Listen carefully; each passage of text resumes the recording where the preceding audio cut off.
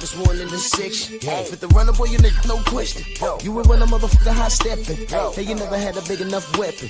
Motherfucker never learned your lesson. I'm an 88 pack nigga, woof. I'm an 88 pack nigga, woof. I mean, day walker, drink blood, fangs out, full moon, motherfucker, change like a hoe, nigga. I'm just a nigga from the hood, trying to stack a little cheddar for the money. Yeah, buddy. Yeah, buddy. Lightweight. Lightweight, baby. Or welterweight. Drew Titan Bronze on deck. Shout out to the mighty LDBC. It's fight week. I'm excited. I'm happy. This is some good boxing. This is a stacked card. We got a lot going on. There is no easy work on this card. And we're going to talk some boxing. I'm going to drop the link relatively early. Let me just say this. Keep it boxing when you come on the panel. Keep it boxing. We're talking X's and O's to the best of our abilities. All I want to know is who wins and why. That's it. All that extra shit, if you have extra shit, please leave it in your back pocket. That's all I'm asking. Let's talk X's and O's. That's it. Fair enough? Let's do this roll call. G. McCall, Columbia, Convos with Cam, my queen. Salute, queen. How are you? Monda Matza Musa, my brother. Salute. Beezy, Mr. Cell Block, Coach Hudson in the building. Salute. And let me go on record to say this, man. There is no wrong pick. Your pick is your pick. No one's going to hate you for it. There is no wrong pick. Your pick is your pick. It's okay. It's boxing, ladies and gentlemen. Can we get back to that? Somebody going to win. Somebody going to lose. There might be a draw. It's boxing. Can we keep it like that? All right, fine. All right. Robert Singleton, the messenger. Derek Gaines, the legend in the building. My brother, Eric Jordan in the building. Salute. Shogun, salute. Steve Elder, Mac. I can't, let me see. Bud Hanna, I'm sorry. Bud Hanna, I'm sorry. I'm you, brother, salute. Salute, good brother. How are you? Good morning.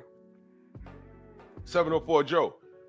Bernard, what up? 88 Sports Talk, my fam. Salute. Jalen Hudson in the building. Waffles.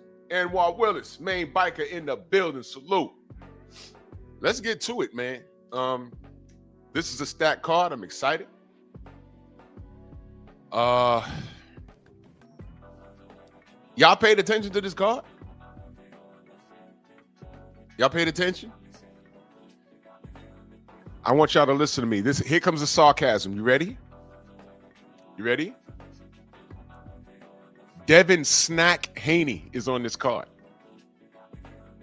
Paris Jackson, salute. You know who else is on this card? Bam Snack Rodriguez. Whoa! Go! Uh-oh. Black Martial Arts Society, salute.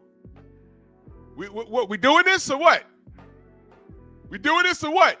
Y'all want to talk about Snack? Fine, we can talk about Snack.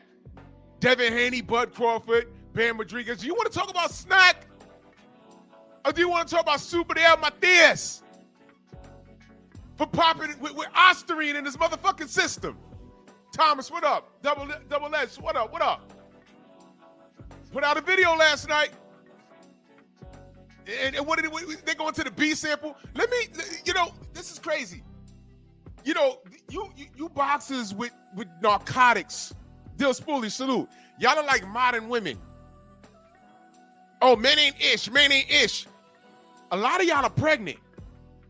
Tay, good morning. A lot of y'all are pregnant. Rod, what up? How are y'all pregnant but men ain't ish? There's an awful lot of y'all bitches pregnant.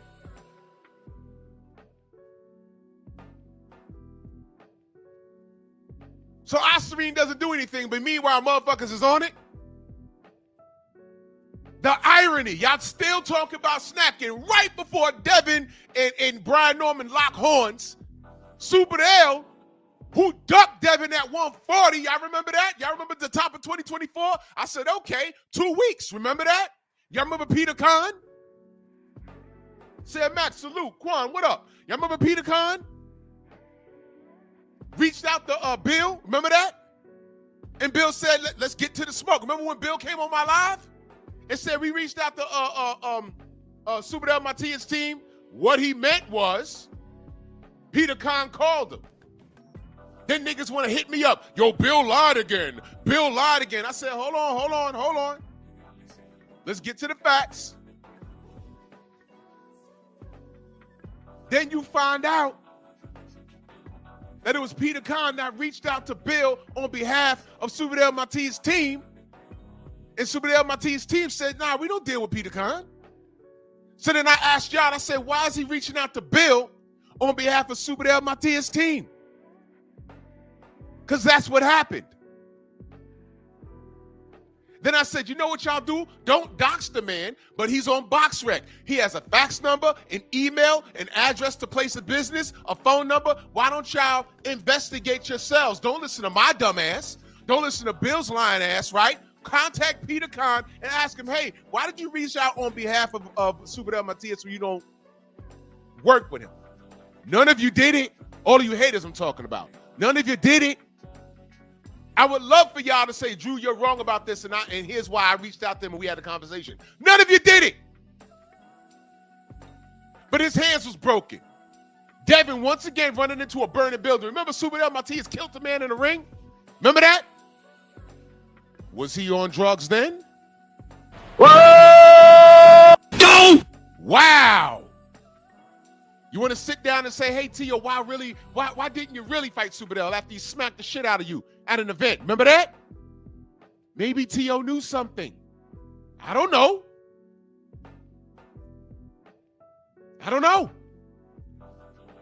A lot of these guys be on the inside, but number one, they're on code. And number two, they know who and what to avoid. Because they know something that we don't know. Guaranteed. But I know Devin wanted to fight him. I know that. They said, we'll get back to you in 2 weeks. That was 2024, y'all. Y'all remember that? Y'all remember that? Y'all remember that troll that came into my comment section? His avatar was Ryan standing over, a drugged up, overweight Ryan Garcia standing over Devin Haney.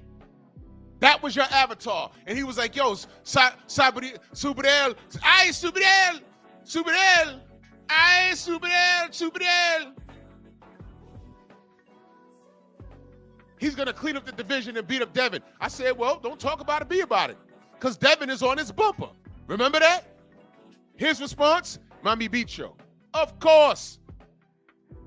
Because you're a homosexual. Of course. But I said, all right, when they get in the ring, we'll see who's talking. Well, I guess that's never going to happen. Devin got a belt at 140, leapfrogged, and now he's at 47, about to fight the biggest puncher at 47. And Super Del is doing what? Well, I could show you better than I could tell you, actually. Where's that? I moved it. No problem. Well, y'all saw my video from last night. Osterine does nothing, but this is the second fighter that's on it, though, right? Salute the main biker. Salute. He says, don't forget David Snack Benavidez. It's a whole snack party. Right? All this talk about snacks, Super Del just popped on Osterine. That doesn't do anything. Man, God ain't playing with y'all, man. God ain't playing with y'all. And I didn't block that kid either. Go ahead and comment on my video. Because all I did was give my opinion based off of an ESPN article. Don't get mad at me. You know what Super Del's doing? We're going to the B sample. Let me remind you what the B sample is, because we just went through this with Ryan Garcia. The B sample comes from the same specimen as the A. When Ryan Garcia was talking about, when they were talking about, oh, the B sample's going to clear him. Remember Taco Head said that? B sample's gonna clear him. Everyone's like, yeah, the B sample. And I said, these dickheads never took a drug test in their life. Here's how it works. You pee in the cup, right? They tell you don't flush. You pee in the cup, come out the bathroom, don't wash your hands, nothing. You put it on the desk, they take the cup and pour it into 2 tubes. They close the tubes, they snap it on. There's a plastic a seal on it. They label it, you initial it. They put one aside because that's the one they're testing. That's the A sample, the B sample. They lock it up and you witness it being locked up. When Ryan Garcia was checking on his B sample, they checked it. The seal wasn't cracked or nothing. They were hoping somebody fucked up along the way. They did not. He popped dirty. That's what he did. In fact, when he was in Saudi, he said, I don't know, the B sample shouldn't say anything different from the A sample, so I don't know. And I said, what did you say? Did y'all hear that? He popped dirty. He's a lying, cheating, overweight racist. But he's getting the title shot. Hey, Stupid L, let me put you on game. Although English is like your second language, you're Puerto Rican, and salute to all my Boricuas, but nigga, you too black. Sorry, but not sorry. They're going to call you a cheating Rican. That's what they're going to call you. And if the fighter that you killed in the ring was a relative of mine, I'm on your bumper. Because now everything you do is suspect. I'm like, yo, whoa. The fuck was that? Was that drug tested in that fight? So score one more for the Voltron for us. Activate interlock. Dynatherms connected. Infracells up. Mega thrusters are go. Go!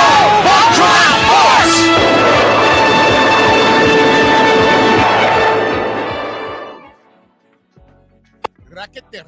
Raquete.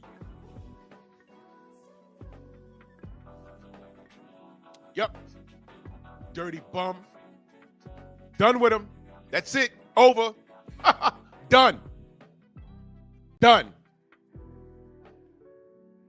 Who was his last fight? Puello? Right. So there you go. All this hate for Snack and Devin and who's that MMA dude? You know what? I got a whole other live stream for him. So the Black, salute to you. Where you been, good brother? Says salute, Drew. Salute to you, good brother. Salute, man. Yes, sir. Salute to you, Soda Black. Ain't see you in a minute.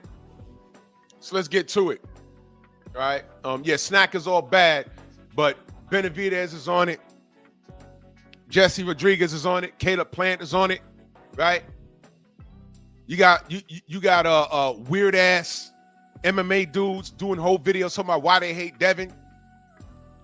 Right? Fucking weirdos. And you got, I'm going to say this and I'm going to get to the event. You got dudes in our media talking about Brian Norman's a breath of fresh air. Now, let me go on record saying this. I like Brian Norman. One of the things I've said out loud about him, I said, man, he's not flashy. You know what I'm saying? You know, he's not immersed into this, you know, fashion thing. I'm an older guy. I don't, you know, the kids dress how they dress. You know, I see Tank doing it, see Devin doing it. They ain't the only ones. I saw Africa doing it in New York. But, you know, that's what the kids do. Brian's not into that. Y'all heard me call Brian an old soul, right? Soda Black back in that super chat. Salute to you, good brother. I appreciate you. Good to see you. Thank you so much, good brother. I appreciate you guys. Thank you. Y'all heard me say that Brian's an old soul. I bet you if you sat down and start playing some Al Green, Brian Norman Jr. knows the words. He just strikes me as that kind of guy. You feel me? He's an old soul. War Report, salute. Yes, sir. David Scott, my brother. Shemaine, salute. If I miss you in the chat, know that I love you. Salute. Yeah, Robert, I had Puello winning too, but well, you know, I got to go back and look at it again. But whatever. I don't know. But you know, now I'm thinking the dude might have been on drugs because he kept walking forward like Jason Voorhees all night. 503, the Lions in the building. Salute. Ack in the building. Usual suspects in the building. Salute. My family. Freedom's March. Salute. I like Brian.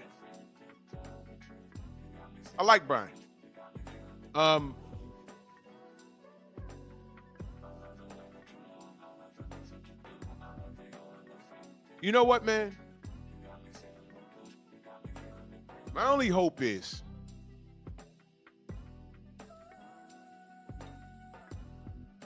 that you black fighters understand what the fuck's going on.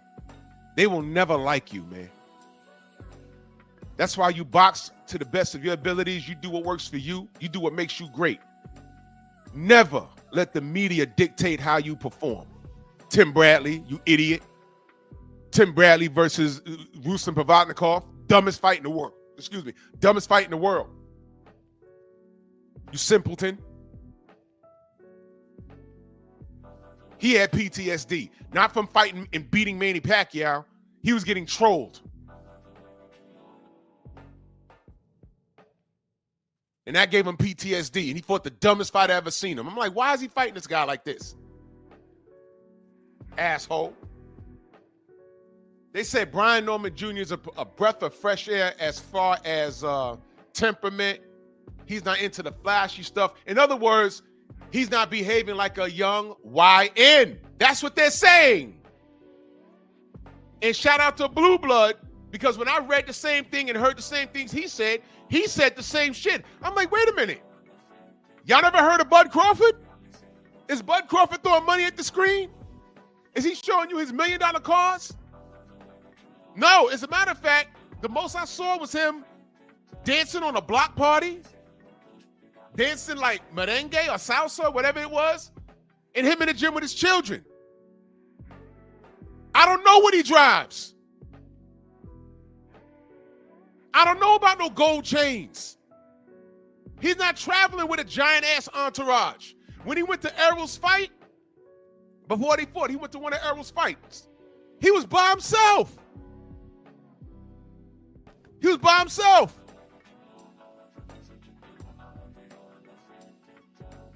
Ignore that, though, right? They're jumping on Brian Norman's dick because they don't like Bill. And they're going to call Devin boring. But he got a higher KO ratio than goddamn Shakur. And then they call Shakur boring. And I said, that's disrespectful. So all you black fighters need to wake up. And when I saw pros, I expected from old media. But when I saw former pros saying that shit, I said, No.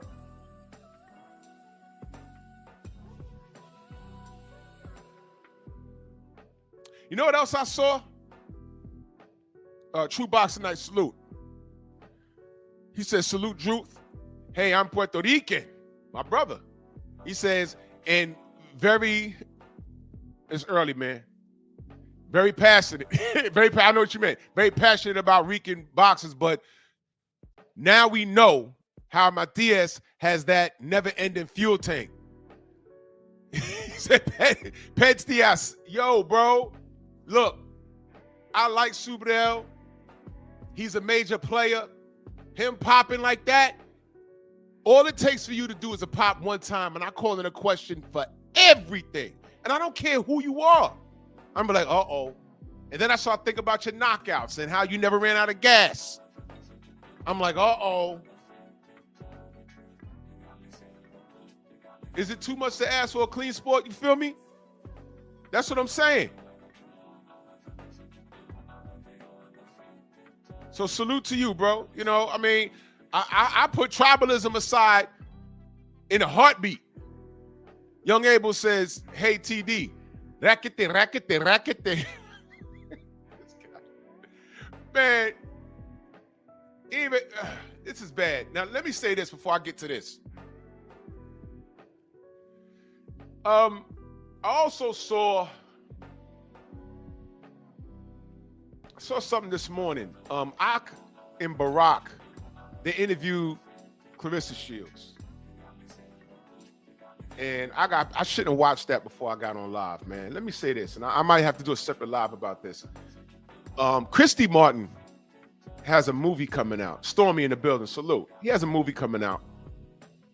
She has a movie, and her story's kind of tragic because, you know, she's boxing and she was in an abusive relationship unknown to us, and until that dude tried to delete her, he shot her. A lot of y'all don't remember that. A lot of y'all weren't born, but dude shot her. He's in prison right now. I believe he is. And Christy Martin was knocking the crap out of people, whatever. She was fun to watch, whatever. And you know, they asked her her opinion on the GWOAT. And she went on to say, you don't name yourself the GWOAT. People have to give you that name, and she's just not a likable person. And I said, oh shit. You see, she should have kept her mouth shut. She should have kept her mouth shut. Let me explain something to you. Clarissa's not perfect. Clarissa's not perfect. All right. Layla Ali is not perfect. All right. When that thing started going on, I just wanted it to end, and I didn't want it to end with them fighting in the ring. That was just my personal opinion. Y'all feel how y'all want to feel about it. I didn't care for that fight, and I wanted them to move past it, in which they did. Right? Now they asked Christy Martin her opinion on the GWOAT. And she's talking about how she's not a likable person. Now, is Clarissa a likable person? Let me say this, man. She's flawed. But you ain't see me do no fucking videos about it.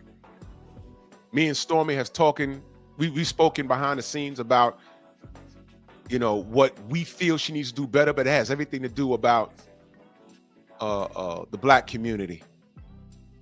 Now, on that video, and I saved it for a reason on Instagram, you had to read these comments and these fucking black women dogging her. And I'm like, man, these hoes don't even watch boxing. These hoes are caught up in that Remy Ma bullshit. You could look at them and tell. Coach Hudson already exposed that. Because once you put a fighter's name in the algorithm, it goes to places that your videos go to places that it don't normally go. And these two smuts popped up on Coach Hudson's live stream, and he exposed them in seconds. All he said was name her last two opponents, and it was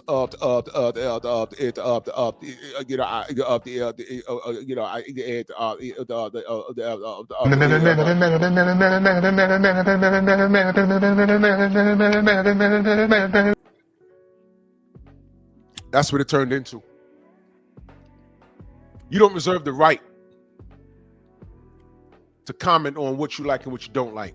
And with respect to Christy Martin and what she's gone through, I don't appreciate her answer. What the fuck you mean she's not a likable person? Devin's not a likable person if you let the old media tell it. But then when you ask them why, they can't tell you. Hell, old media don't know enough about Brian Norman to give a detailed assessment. Because if he was going up in there against a Latino fighter, they keep replaying him getting knocked down against what's that guy's name? Bocachai? They keep rerunning that. You know how I know? Devin was cheated by a racist drug cheat. And on DAZN, they keep showing the highlights of him getting knocked down in that fight. Why? The fuck you think they're going to do to Brian? Hope y'all ready. In the event Brian wins, I hope you're ready for that. Because who's going to be out here defending him? Us. We're going to have to be the ones be like, yo, hold on now. Don't do that to him. he did this, he did that, he did this, he did that. Don't do that. Don't do the brother like that. Because that's what we do. We don't have to like Brian. But the attack on black fighters is the same thing. It's the same thing. That's why I get so angry when I hear niggas keep talking about the Ryan Garcia fight. Oh, yeah, we saw what we saw. Yeah, you saw a drugged up, overweight cheater. And when he came out, when the suspension was lifted, you lost a boxing match to Rolly Romero? How? He fucked up the payday. Fear not.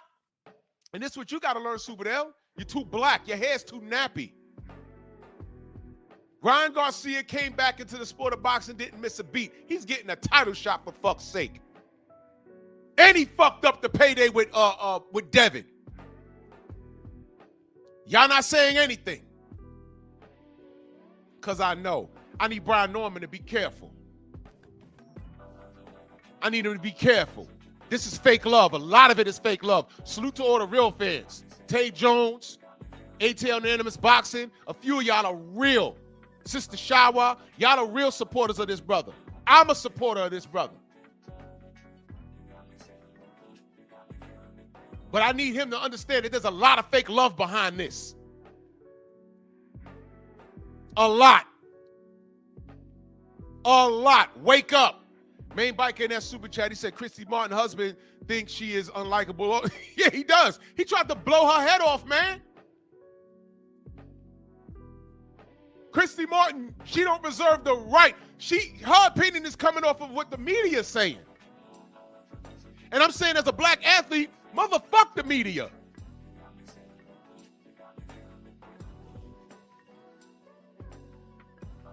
Robert Singleton in that super chat, he says Barry Bonds not in the Hall of Fame because he wasn't likable. Exactly.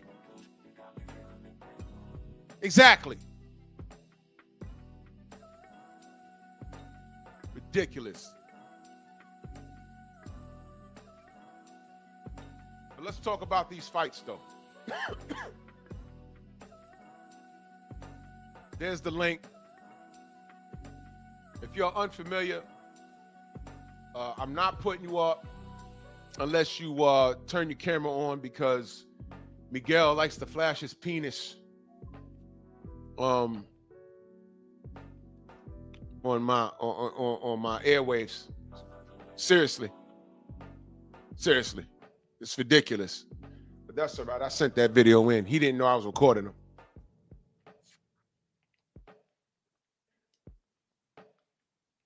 Yes, sir.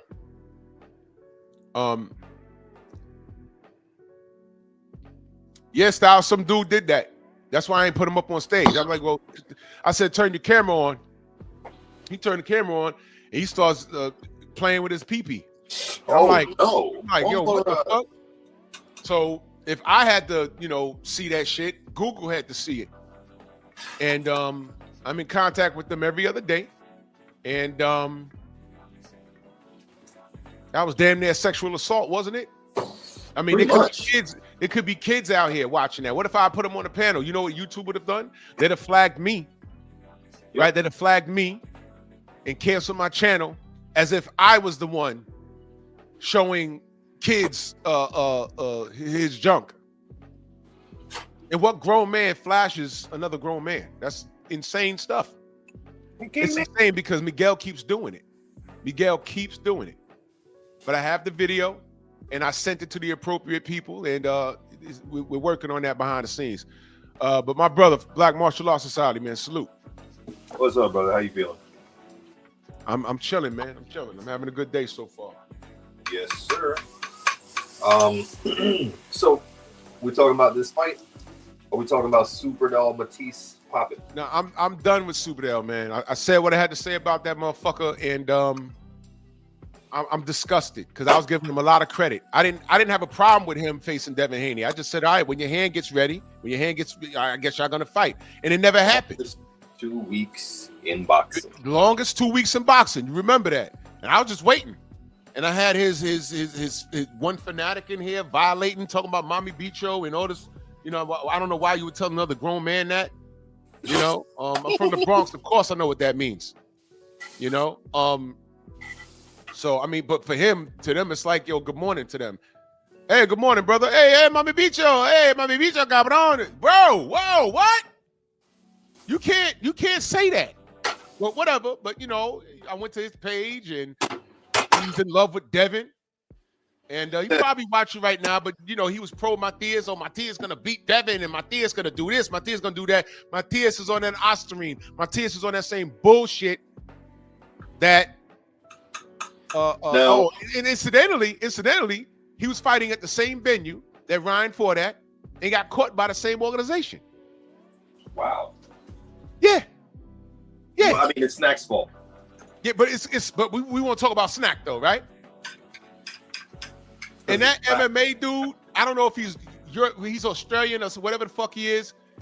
He's one of the medias that I'm talking about. You don't know enough about boxing to say who you like and who you don't like. What's his name? This MMA dude, he's the same dude that called for Quentin Jackson's son to get put in prison. Well, I agree with that. No. But Quentin told the world, oh, that guy's racist. Oh, no. The fat one, MMA Guru. Yeah, that fat ass. Yeah, and I'm like, Quentin, no. Hell no. First of all, your son committed a crime. All right? Your son's a head case courtesy of you because you failed as a father. All right? And don't call racism now. How dare you? When I told you, you don't say you love the kid Ryan after he said he wanted to resurrect George Floyd and kill him again and join the Ku Klux Klan. He want to say, well, I didn't know about that. Well, I'm telling you now, brother. But he want to pick a fight with everybody. Man, fuck you. Real quick about Subriel before we go into this fight. He unalived the man in a boxing ring. Thank you. Now it makes you think now, right?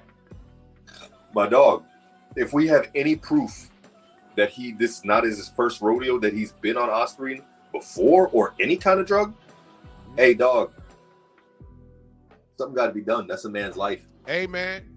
Brent Fox, my brother, salute. Hey, man. Rocky IV, Apollo got killed, right? Mm-hmm. You know what goes over people's head? The dude was on steroids. Thank you. Y'all forgot the clip where Drago was doing all that back then in the 80s. That was state-of-the-art training. He had a big old gym. Mm-hmm. Y'all don't remember the clip where they showed the needle going into his shoulder? Yep. I missed that. That's infamous. And man, when I went to see that in the theater, everybody said, oh! So Apollo got murdered in the ring by a cheetah, y'all. That's what people miss. That's what people miss. But your thoughts on Norman versus Devin, or you can talk about any fight on the card before we go to the Sensei. Yeah, let me. Oh, salute, Sensei. Didn't realize you were in here. Salute. So, my thoughts on the card, on Norman versus Devin, real quick, because that's the only fight I know. I don't really know who else is on the card. But originally, I had Norman stopping Devin just because of punching power, and I thought like he can get one in. But after watching Norman a little bit more and seeing them face to face, I thought Devin was a lot smaller. He's not. Right. He's looking the same size, if not a little more brolic. So I think he'll be able to have more punching power and be able to withstand more punches. And Brian has only really beaten up like D-level fighters or less. So I got Devin beating him clean. Easy, actually. All right. There it is. Sensei. Yo, good morning. Good morning, brother. Good morning. I had sent you a text message. I guess you yeah, hadn't checked your phone. So, Oh, shit. My bad. but I know you be busy and everything, but yeah, thanks for having me up here. Salute to the chat and my man Healer. Listen, Oh, wait. I'm sorry, Stormy. I'm sorry. Wait, real quick. Salute to Bernard in that Cash App. I appreciate you. And salute to EJ in that Cash App. As always, he says, y'all already know what's coming. He says, we have the power of the ninjas. Give power to my nigga sword! We in the building. Go ahead, Stormy. Yeah, might as well kick it on off early. Yeah. Listen, I was on with 503 Lions live stream last night, and for those that didn't get a chance to tune in to that show, it was a great conversation about this card this weekend. And I always like to give credit to the brothers out here that are doing good stuff. And that show he hosted last night was really awesome. And to hear him, and we had Oddfella, Thomas showed up. We had Acavelli out there. You got to get Oddfella over that stack, man. There's no reason why Oddfella don't have over 1,000 subs, man. We got to get Oddfella. And he's the foreign correspondent. How can he not be? Exactly. Know, we need to do our part, and all our fella needs to do is just pop on here with us so we can promote him a little bit more, and we can push him over that line very quickly. Absolutely. But yeah, salute to all the brothers, and if I missed anybody's name, it's not intentional, but I just wanted to say that we had a great discussion. And see, this is the funny thing. All of us collectively that were on there last night, dude, we ain't got 50,000, 100,000 subs. But if you didn't see that conversation that we had legitimate boxing talk. And the talking points were all based in like what we have observed from our experiences in watching the fights and everything. It was no love fest. There was no, stroking nobody or nothing like that. It was something very, like I said, I had a true appreciation for that. And that's what I come on here for, Right. So again, to speak on to that notion, that's what it's all about. Now, to get to my thoughts on this early on, as I stated last night, my simple observation of this matchup between Devin and Brian Norman Jr. is that Devin has the greater experience of being in there with quality, higher level opposition, though it be at a lower weight class, but it's still the level of opposition. And they do have a similarity in having gone outside of the country to fight, but not under the same auspices. See, Devin was taken out of an element and stripped of any type of consideration for having advantages whatsoever. Remember, They didn't even want his dad to be there with him. They would attack one of his cornermen, cutman, I think it was, or someone like that. And they were trying to deplete him. Even in the advertisements for the fight over in Australia, they were like, marketing him as some kind of hip hop thug or something. It's like there's a lot to go with what Devin's experience in the sport has been, since he has shown a propensity to be close to like what was reminiscent of Floyd. Now, I'm not saying he's Floyd or even as Floyd, but he's a young, gifted boxing fighter that has a style that it's a threat to the more limited fighters. And we know who the more limited fighters are. And he's always going to look great against them. And so there's an agenda, because they don't want anything like that anymore, because those fighters rule and they reign. And so just with what he's had to deal with that, and then of course you factor in the Ryan situation, this young man has shown some fortitude. Now, will it affect him going forward? We will have to see, because time will tell. But Brian hasn't gone through any of that. So he's as fresh as a daisy as he enters this, and his focus could be just on Devin, and he doesn't understand the load that Devin carries. And even his camp has wailed against that. So it's like, as I stated last night, the way I see it is Devin would have to make mistakes for Brian to be successful. Brian doesn't have to make mistakes for Devin to be successful. And it's as simple as that. You take a more multiverse fighter and you put them in a scenario where they have to figure something out, all things being level and equal, then that person will find a way to do that. It's not about the physicality. It's not about your punching power. It's not about how much dog in you. At the top level of the sport, it's always about who's the smartest person. Always. And you've heard the adage that boxing is anywhere between 85 to more percentage mental. So when you put that together, this is what it is.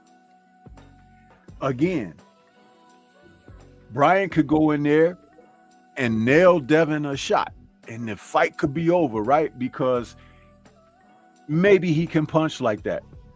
We haven't seen him do that to a high caliber fighter. That's and right. I'm not challenging him to do it to a high caliber fighter. I'm just saying we have not witnessed something like that yet.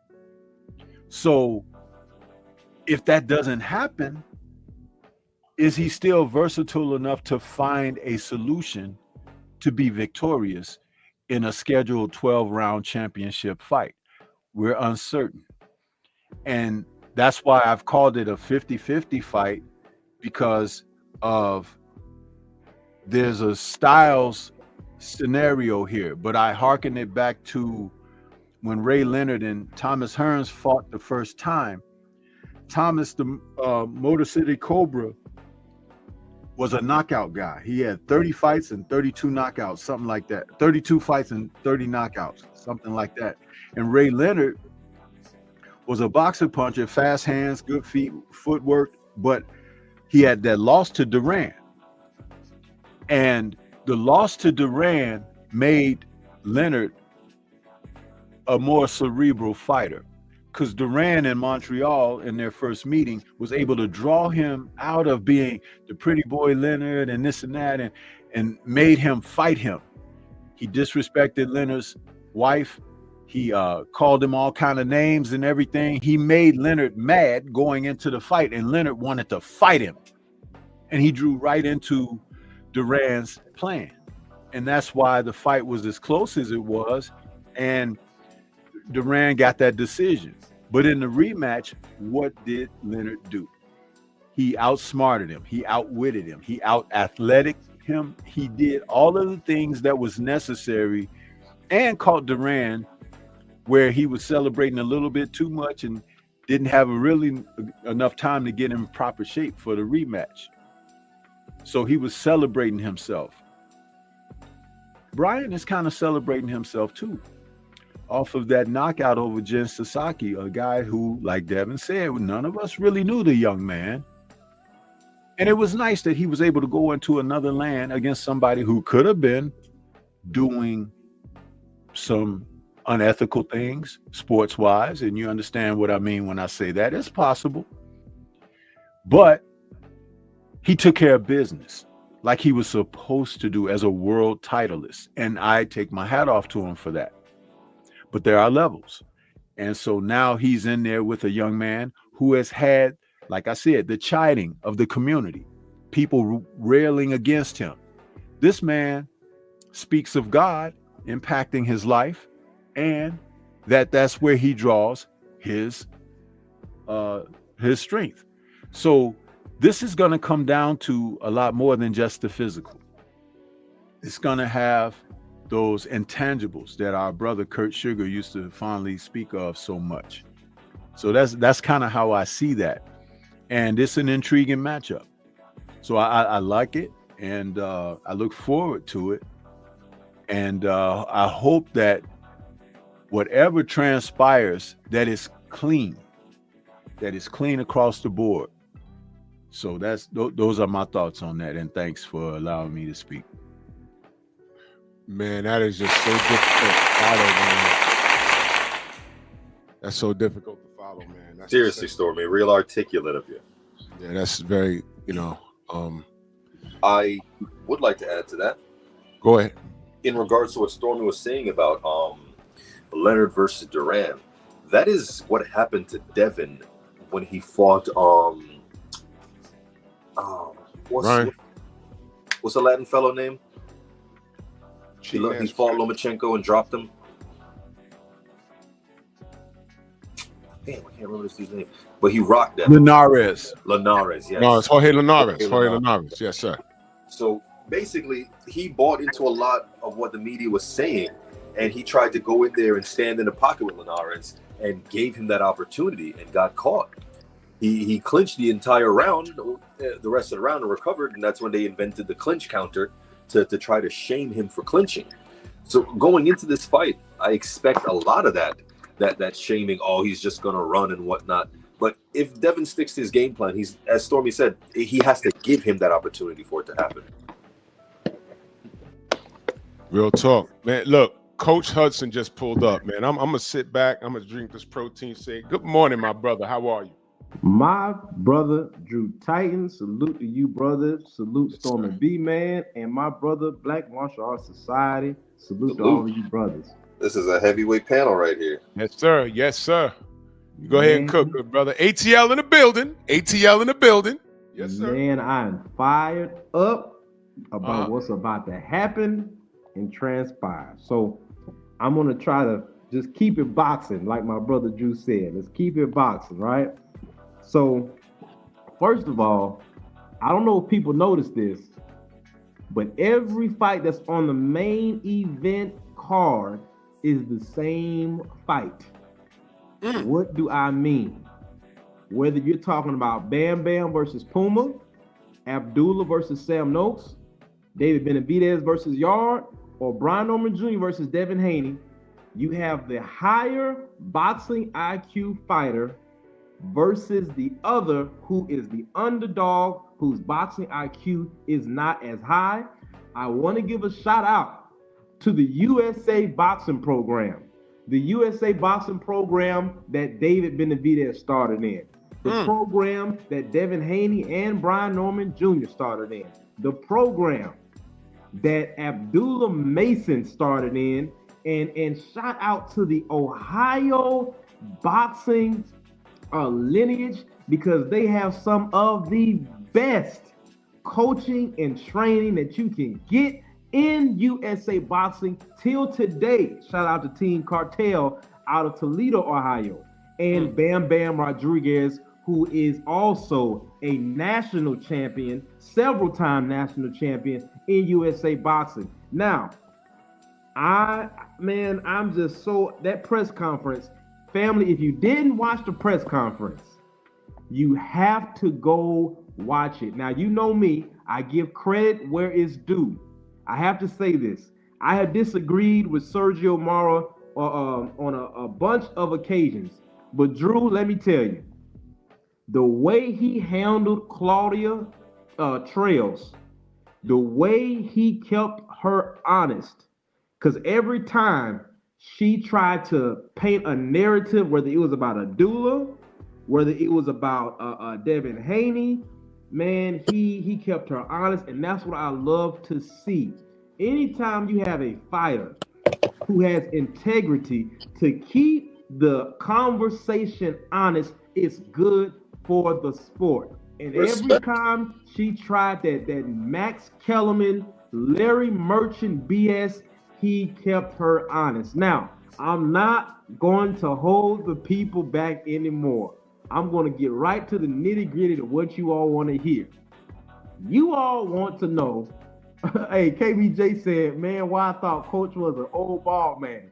No, man. No, I ain't no old ball man. But look, you got Brian Norman Jr. How can Brian Norman Jr., and if I got a little bit of time, I'll get into it. Go ahead, brother. How can Brian Norman Jr. actually compete with Devin Haney? Devin Haney has, like brother Stormy B, man, the sensei says, he has more dimensions than this fighter.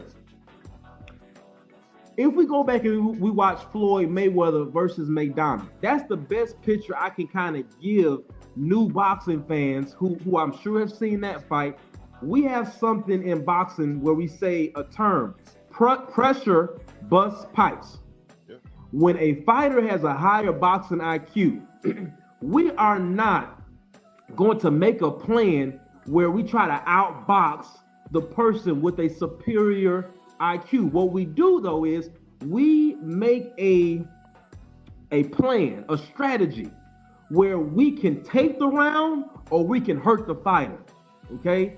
So when Robert Garcia faced against, because it's really Robert Garcia who Floyd kept facing against.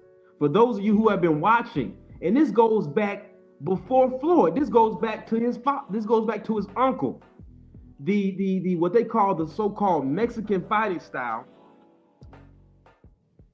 What we have to look at is everyone's been trying to figure out how to get past that defense, how to get past that slick boxing IQ of that American fighter, especially that Black American fighter, correct? So when you see McDonald versus Floyd, you see that McDonald isn't setting up the traditional orthodox 1-2-3, 2-1-2, 1-1-2.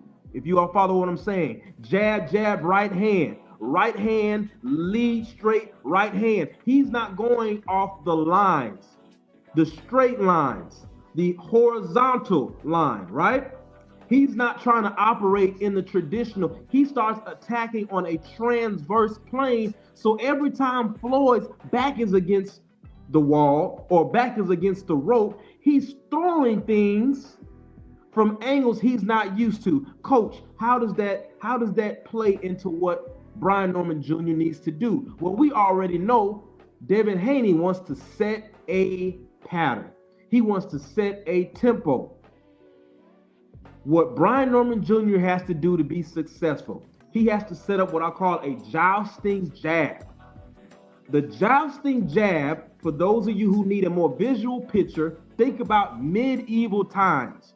Think about two knights on a horse with their jousting sticks going at each other. When Devin Haney comes in with his fast jab, Brian Norman Jr. is going to have to take his rear hand, regardless of what he's attacking from, block his face, like Emmanuel Stewart would tell Lennox Lewis, right?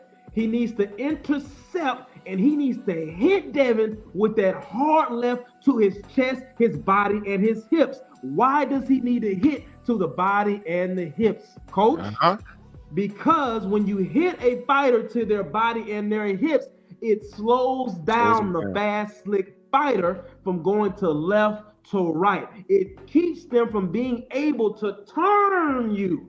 And if Devin can't turn Brian Norman Jr., it has to fight him in the jousting pattern, which is straight up and down, straight forward and back. You have an issue. You have Coach. an issue because once the rounds keep going, the fighter realizes, hey, coach, something is wrong with my hips. My legs are not moving the way I want to. So this is part of a strategy. I cannot out boxing IQ the fighter, so I have to out strategize a fighter. How does the Viet Cong fight the United States government? A more superior power, someone with more firepower, someone with more resources. What they do is they don't go at them head up. They set up tunnels. They pop up, hit them, and then they're gone. So what is that you can say, all right, we need to put that strategy to Brian Norman Jr. Now, if they have not worked on a real strategy and they're just banging on landing a punch, Devin's gonna steamroll them. But if they actually use this strategy that I'm saying, it will be a more competitive fight. Brian Norman Jr., second point, he does not need to fight Floyd. He does not need to fight Devin in the middle of that ring. He needs to use that jousting jab to back Devin up and force him to fight him in the position where Devin is uncomfortable, which is the catching and shooting range. Why is the catching and shooting range not comfortable? Because Dev, and you can watch film of Dev going all the way back to he was a teenager. When Dev lands his shoot power, when he lands his shoot punch, sometimes he has a problem of getting off the line again. That's how Loma was able to catch him a few times. That's how Linares was able to catch him a few times. And that's how Ryan Garcia, even though he was not fighting his style, was able to catch him, even though he's a cheating, racist piece of shit who I would never defend. Let's keep going. Brian Norman Jr. has an issue with his feet versus a superior Devin. So you cannot out footwork Devin Haney. So he has to use guerrilla warfare tactics.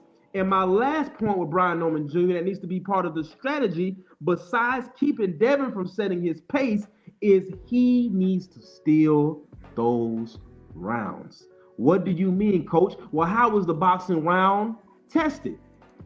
And what are the things that the judges judge them off of? What is the boxing criteria? Well, let's look at that for a second. Your ring generalship, your aggression, your clean punches, all of these good things matter, right? In the 10-point system, 10-9 round, 10-8 round. What makes the difference? What is the difference from a 10-9 swing round and a 10-8 round? Well, that 10-8 round is either a knockdown or I have done enough to the judge's eyesight where they say, I got to give him that 10-8. Okay. Now, many of us have seen close fights where we said, all right, well, the first 6 rounds, you were whooping him, but then you came back out of nowhere. We just saw it with Martinez versus Billy. We saw Billy was whooping Martinez at first 6 rounds. He was getting the best of him. Goes back to the corner, and Bo Mack gives him clear instructions. Speaking of the corner, family, this is not just going to be about Devin versus Brian Norman Jr. This is also going to be about Brian Norman Sr. versus Bill Haney. Yep. What does the corner do when Brian Norman Jr. is in trouble? And what does the corner do when Devin is in trouble? I can't give you too much. I can't give you too much on that, okay? Now let's go to Devin, because I know other people want to talk. Let's go to Devin real quick. We already know that Devin has the dimensions. All Devin has to do is bald eagle Brian Norman Jr. Coach, what are you talking about, a bald eagle? Well, when a bald eagle is going against a aggressive, nasty predator like a rattlesnake, what does that eagle do? That eagle doesn't try to fight that rattlesnake on its own ground and plane. That bald eagle shoots down, picks up the rattlesnake, and takes it to an elevation where it is superior. Does Brian Norman Jr. have the ability to take Devin Haney to those atmosphere terrain that I speak of? No, he does not. Devin Haney does. So what does that terrain look like? Don't let Brian Norman Jr. set his feet. That's going to be the most important thing. Don't let Brian Norman Jr. set his feet, because he has to set his feet to get his offense off. Take Brian Norman into deep water. Y'all see the shape that Devin Haney is in, and I didn't like the way Brian Norman Jr. looked yesterday at the press conference. But we'll see what the weigh-in. We'll see what the weigh-in looks like at 1 p.m. I think Brian Norman Sr. needs to look more at, stop focusing on Bill and y'all going back and forth so much. Norman Jr. did not look good yesterday, but we'll see how he looks at the weigh-in. But if I'm looking at Brian Norman Jr., family, the war has already started. If you all saw when Dev walked up to him and Brian Norman Jr. wasn't saying anything, and people was like, oh man, Brian Norman Jr. is ready.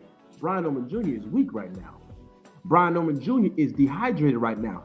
Devin Haney is already playing guerrilla warfare games. That's why he was bouncing around. That's why he was looking him in his eyes. He's looking at him like, yeah, you see? You see the shape I'm in right now? You see how you dehydrated? You see how you feeling weak? I've been here before. You see the pressure of these lights? I've been here before. You see why we flew out a week before? All of these things are going to matter. Oh, my brother, I can't give them everything. Yeah. But I'm excited about this fight, and I want to give a shout out to you, my brother Drew Titan, for giving us a platform to speak on, brother. Man, salute to you, coach, man. I mean, God damn. How the hell are you supposed to follow Stormy and Coach? Man, we about to figure it out. Enoch Bird in that super chat, he says, rest in power, Dada Shev. How many die from cheaters not getting caught? Hey, bro, this is a scumbag game. And I don't hate Superel. I'm just disappointed because all this time I thought he was better than that. And I feel that about most fighters. And then when they get caught, I'm like, come on, man. I thought you was better than that. And you had me fooled. Let me say this before I throw it to Freedom's March. When you was talking about... Drew, before you go forward with the comment that you just made on Sabriel, this is what I want to say, and I've been saying it 1,000 times. Each and almost every time that we find out this news, which was just before this, it was Joseph Parker. Yes, sir.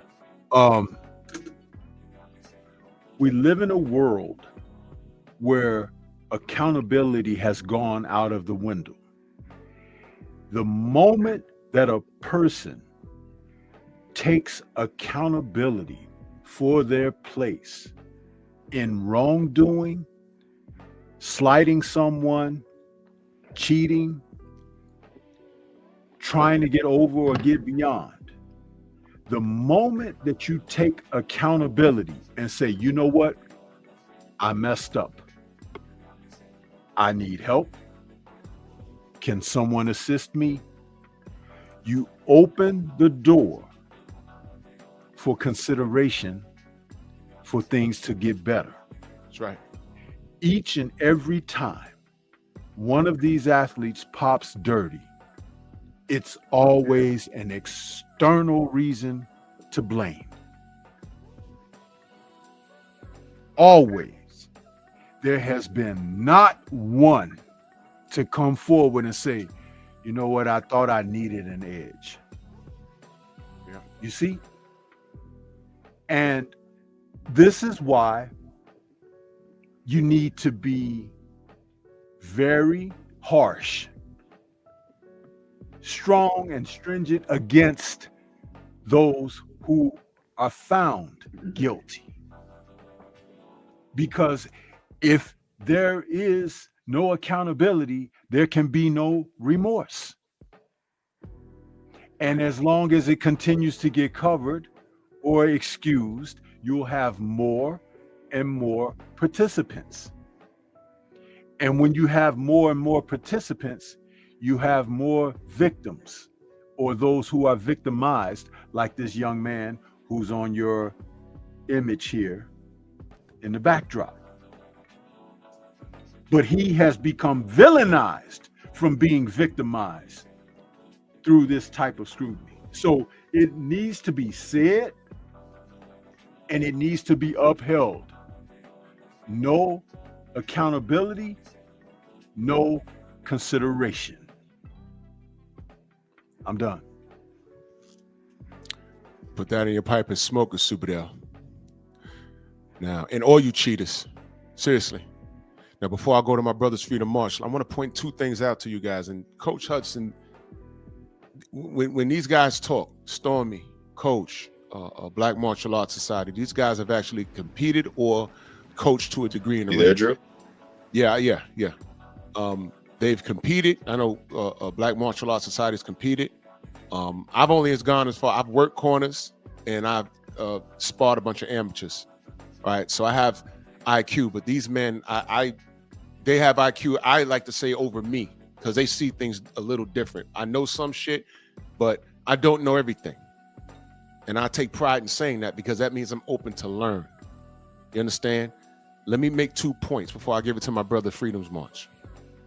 I want you guys to remember when we was coming out the pandemic, they announced Daniel Dubois versus Joe Joyce.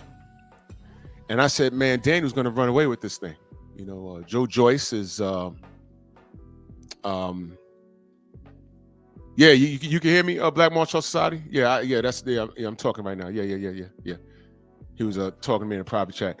I thought Daniel Dubois was going to run away with that thing. And Daniel and Joe Joyce won the fight with a fucking jab. Daniel Dubois showed no IQ. He was a big fighter in his own right. He had better feet. But Joe Joyce just stuck his damn hand out and Daniel ran into it all night and broke his eye socket. And I said, what the hell was that? I was totally confused. But what Daniel showed that night was that he had no IQ. He had no IQ. His corner was horrible. And if they were, I don't recall, but if they were telling him not to do what he was doing, he just wasn't listening. Okay? Is that Devin Haney? No, it's not. All right? I'm not taking that Ryan Garcia situation. First of all, because Ryan's a piece of shit, racist ass cheater. But Devin felt he had something to prove that night, and that was his bad listening to you motherfuckers. And I'm not talking about my family in the chat. I'm talking about the media. All right? He needed to be who he was. And salute to Knock Measy in that super chat. Much love and appreciation, man. I appreciate you, man. Peace to the chat, peace to the panel, man. Salute to you, Knock. I appreciate you, good brother. And stay blessed out there where you at. Much love. Doing you're doing big things overseas, man. Salute to you, good brother. Much love and appreciation. I need y'all to click on his name and go subscribe and follow the brother. He's doing big things. Salute to you, good brother. Brooklyn born. Yes, sir. So that's just that's my pet peeve. You know, Devin fought Ryan the wrong way. And he let his emotions get the best of him. And I think he's learned from that. Evidence of that was in the Ramirez fight. All right, so he learned. It's what you call failing forward. I also want to make another point for people that think that Brian is going to run in here and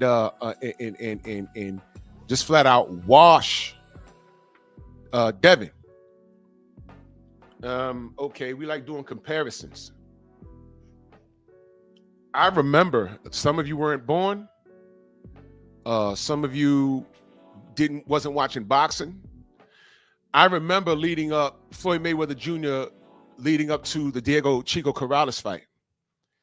What y'all don't remember is, or don't know is, Floyd was supposed to die that night. Diego Corrales was knocking over trees in his division.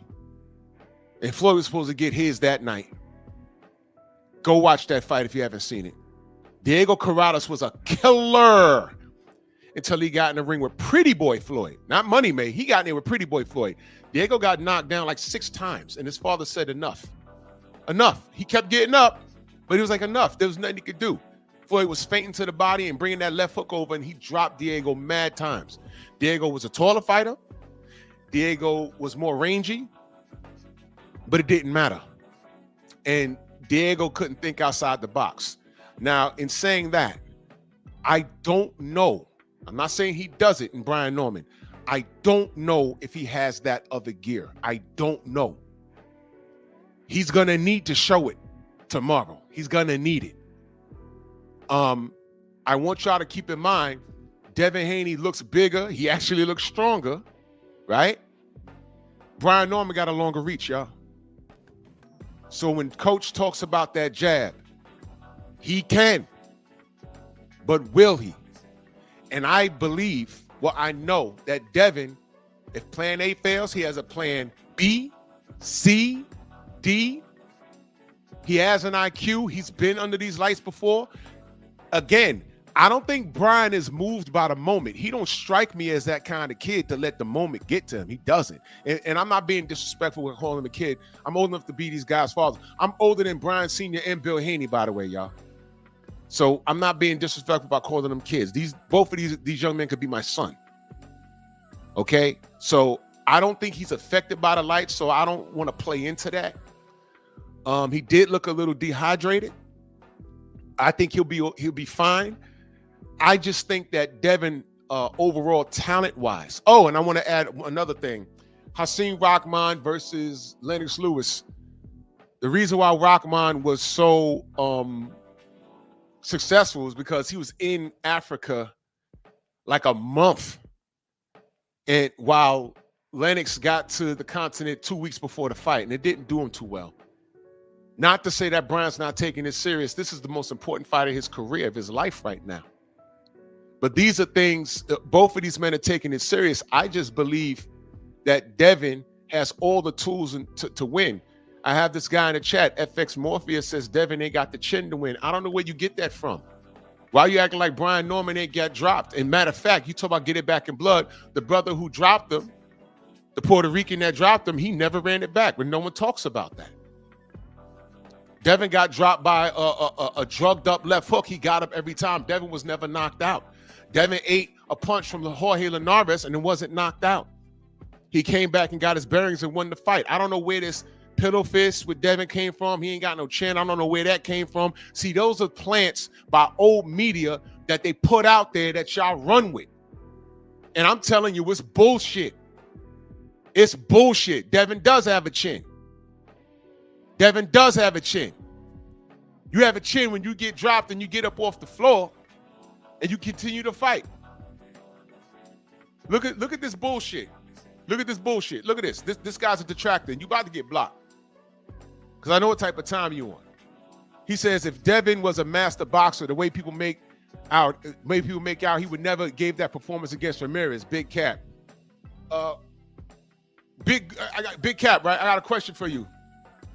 If Floyd Money Mayweather was such a good boxer, how the hell did he let Shane Mosley almost knock him out in the second round? Talk. How'd that happen? Please explain, FX Morpheus. Don't block him. I want to hear his response. And while you type in response, I need you. Matter of fact, yeah, click the link and turn your camera on. I want this smoke. And let me know how old you are. If you're going to type, let me know your age. Because you might not remember when Floyd Mayweather almost got killed by Shane Mosley. You might not remember when they were saying, oh my God, you're ducking Antonio Margarito. You're ducking Paul Williams. Right? No, what I know is that Floyd Mayweather had a chin. He had a chin. Shane Mosley, normally when he caught you like that, he'd kill you and get you out of there. All fighters get hit. Did Muhammad Ali have a chin? How many times Muhammad Ali been on the floor? Let me know. Let me know. FX Morpheus, you're doing too much talking. Click the link. You're doing too much typing. Click the link. Let's have a conversation, brother. You're saying all the things. See, this is what I'm saying. You're the problem. You're the problem. I'm going to go ahead to Mansa Musa, and then we're going to go ahead to Abel. Because you just talking, but you can click the link and come on and state your case. You one of those dudes, Tank from the trenches. That's why we root for him. He from the trenches. You like wild hair and tattoos, you one of those cats? Mayweather had a chin. Mayweather did have a chin. Devin has a chin. He's been clipped by good punches. Ryan Garcia's not a good puncher. Even drugged up, he ain't get knocked out. He ain't get knocked out. These dudes, y'all don't know what not having a chin is. Y'all don't know what that is. You have no idea. Does Tyson Fury have a chin? Careful. Be very careful. Does Tyson Fury have a chin? Uh-oh. Listen, I'm not entertaining no conversation with some grown adolescent. All right? I know I watched Brian Norman walk into a punch and get knocked on his ass. And he got up. I never said Brian don't have a chin. He just got clipped. And it happens. Does Evander Holyfield have a chin? He's been knocked out. Yes, he has a chin. But he's been knocked out. Get out of here. This is adult conversations, man. Mansa Musa, go ahead and cook, brother. Freedom's March, come back if you have a minute. What's good, big bro? What's up to the panel? What's up with the chat? Oh man, I just come in here hot, man, talking my ish, man. From the bottom to the top, I got Abdullah Mason winning by UD. I got Bam Rodriguez possibly stopping that guy in the 10-11. I got Devin stopping Brian Norman in the 9th. And I got David Benavidez getting stopped in the 5th. You got Benavidez getting stopped in the 5th? Yep, they're my predictions. Yo, FX, I'm telling you to click the link. You're entitled to it, but I'm going to challenge you on it. You can have an opinion. I'm not trying to change your mind, but you have an opinion. Come on with it. Let's have a conversation. How old are you? Don't type nothing else but your age. Go ahead, Monster Musa. Nah, that was it. You know, I was just coming in hot with my predictions. I'm listening to everybody, man. I'm rocking with everything. I love it all. I appreciate you, good brother. Young Abel, salute. Hey, before I get to my predictions, let me say this real quick.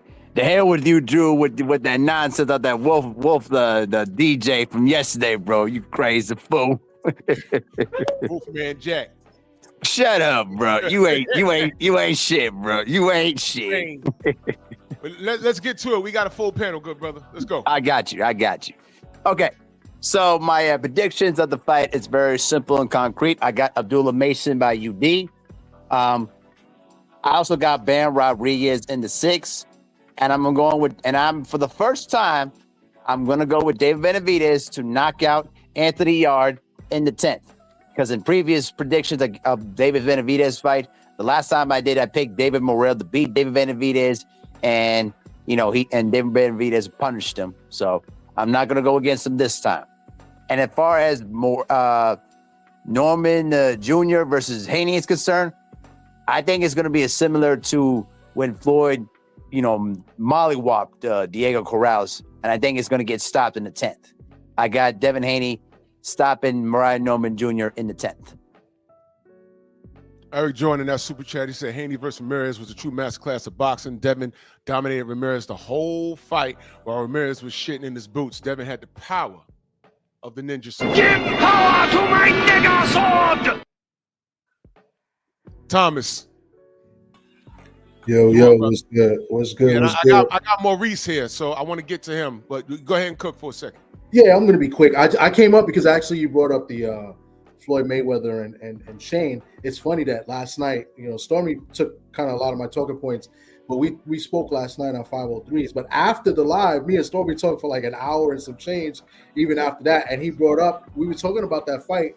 And he was saying, Stormy's there, and he said, when Floyd got hit by Shane, it was a good thing that it was early, because that's what helped Floyd, because then he could see the power that Mosley possessed, and it would have been different if it would have happened later on, and it was just a great discussion. So a lot of people don't realize that punch was early in the fight, and that actually benefited Floyd in that fight.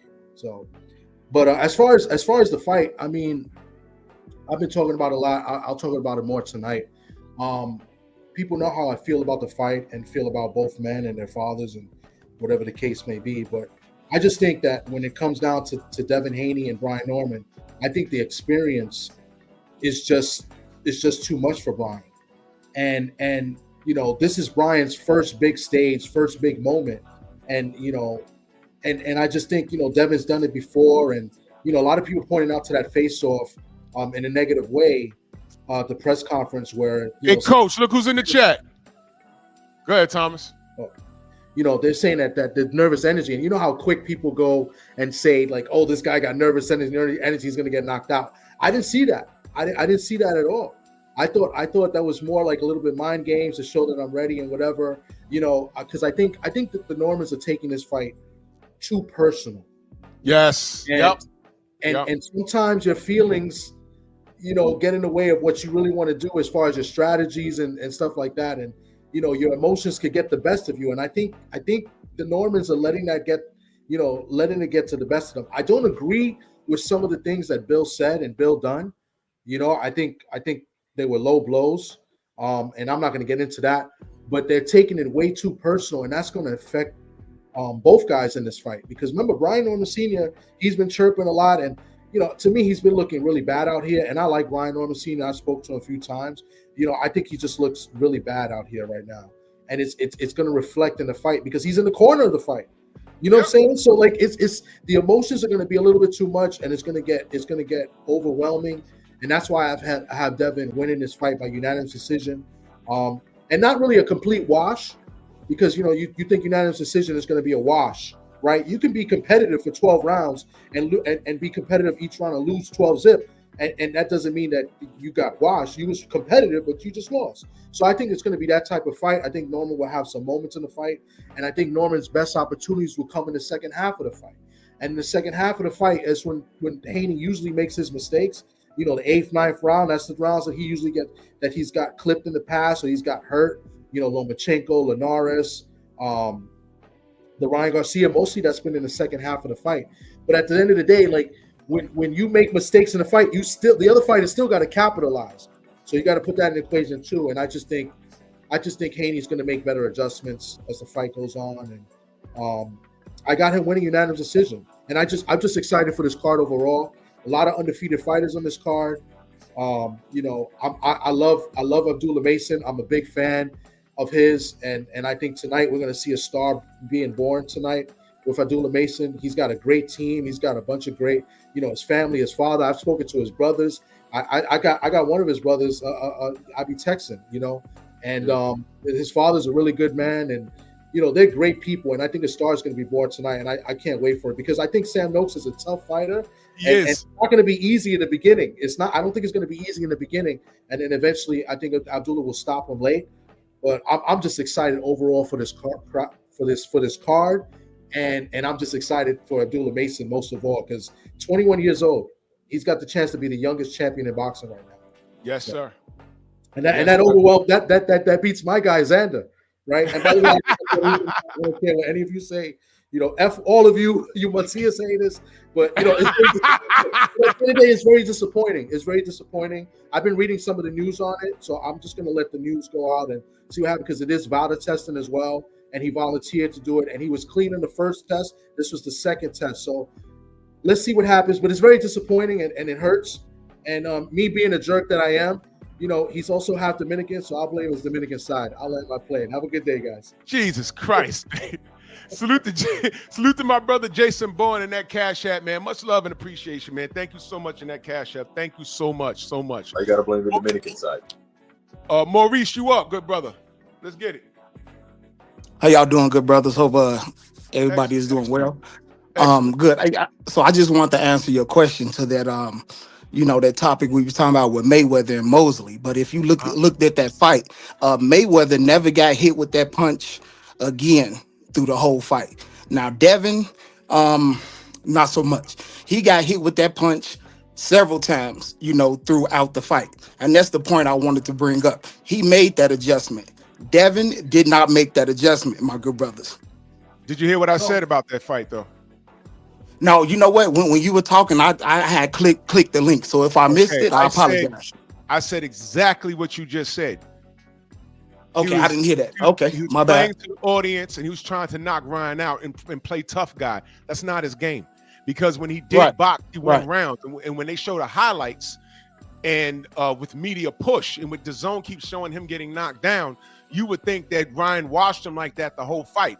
When the fight, I was there live. I was at press row. I scored it along with other boxing pundits. We all said it was a draw, but we also knew that Ryan won the drama of the fight and they were going to give it to him. Ryan lost a lot of rounds in that fight. No, he did. And you know what? I agree. He did. Because if you looked at the fight, Devin was actually, winning. You know what I'm saying? Right. Those later rounds. So would you agree that Ryan can be outboxed? 100%. Okay. So Devin fought the wrong fight. We all said that. We said that. Okay. Okay. Yeah. And that was Devin's decision. He made a bad decision. Yes. Okay. And right. Okay. So when he fought Ramirez, go ahead. He didn't do that. When he fought Ramirez, he didn't do that. Okay, we watched Ryan get outboxed by Rolly Romero of all people. Rolly Romero. Yeah. Okay. Yeah. No. And I agree. Okay, so that's a testament to Devin's boxing IQ. He made a choice, and it was the bad choice. Putting aside that this dude cheated and he's a racist and all that stuff. Devin made a bad choice, but it was a choice indeed. So when Devin locks in and decides to box, he can do that. Now, in reference to his chin, Jorge Linares is a puncher. And he in the fight that he rocked Devin in was at the very end of the 10th round. And he ate that punch. Now, if that punch happened in the beginning, we might not be having this conversation. He might have stopped Devin. He rolled in the wrong direction, and Linares hit him with a punch. and he couldn't do it. He couldn't do. He rolled in the wrong direction. He got hit with a punch. Someone's trying to get in from backstage, but just hold on for me, brother. Just hold on for me real quick. Just hold on for me. Okay. Yeah, go ahead. No. You good. And Devin ate the punch. He wobbled back to the corner. And then what are you taught in boxing? When you're hurt, you're supposed to clinch. And then Devin did that all around 11. He did that all around 11. And then they started talking about a clinch counter for him, as if we didn't go through a decade of John Ruiz. And salute to Johnny Ruiz, but he was an eyesore. I told him that when he was on my panel. I said, yeah, man, salute to you. You ain't duck no smoke, but you was an eyesore to watch in certain parts. Because it was jab straight, clinch, jab straight, beer rub, clinch. That's what he did. That's what he did. All so right. now. Well, I don't. Okay. So now, that was you, FX? That was you, FX? Thomas, do me a favor. Leave so FX could join the panel. I want to hear what this dude has to say. All right. I'll be quick. I'll be quick. Yeah. I'll be quick. So basically what I'm saying is the odds were stacked against Devin. Always. That's always has happened. Okay. To say he doesn't have a chin is disingenuous. Yeah, can you hear me? Yeah, I can hear you. It's very disingenuous to say that this kid doesn't have a chin. Okay, you know who didn't have a chin?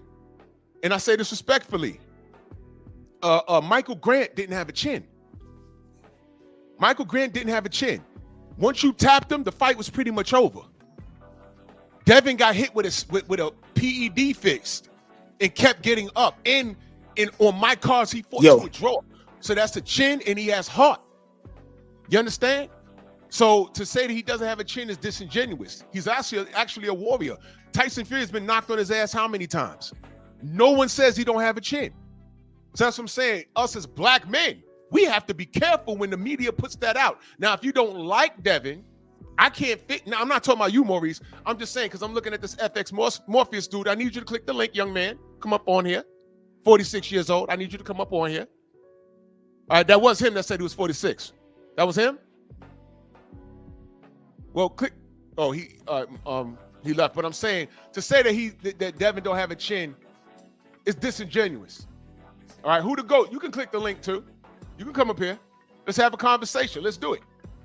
Because I see people picking against Devin. It's a lot of emotion. It's a lot of emotion. And I don't know where that's coming from. You don't like Bill? Bill's not in the ring. It's his son. I'm not paying attention to everything that Brian Norman is doing. Brian Norman Sr. I'm not paying attention to what he's doing. I'm not paying attention. Yeah, can you hear me? I can hear you loud and clear, brother. Give me 1 second. All right, my fault. Okay. That's cool. That's cool. Real Talk Mafia. Turn your camera on so I just know you're a real person. I'll bring up on the panel. Let's have a conversation. Real Talk Mafia. Just turn your camera on for 2 seconds so I know that you're a real person. So I can bring you up and we can have a conversation. Just do that for yourself. Do that for yourself.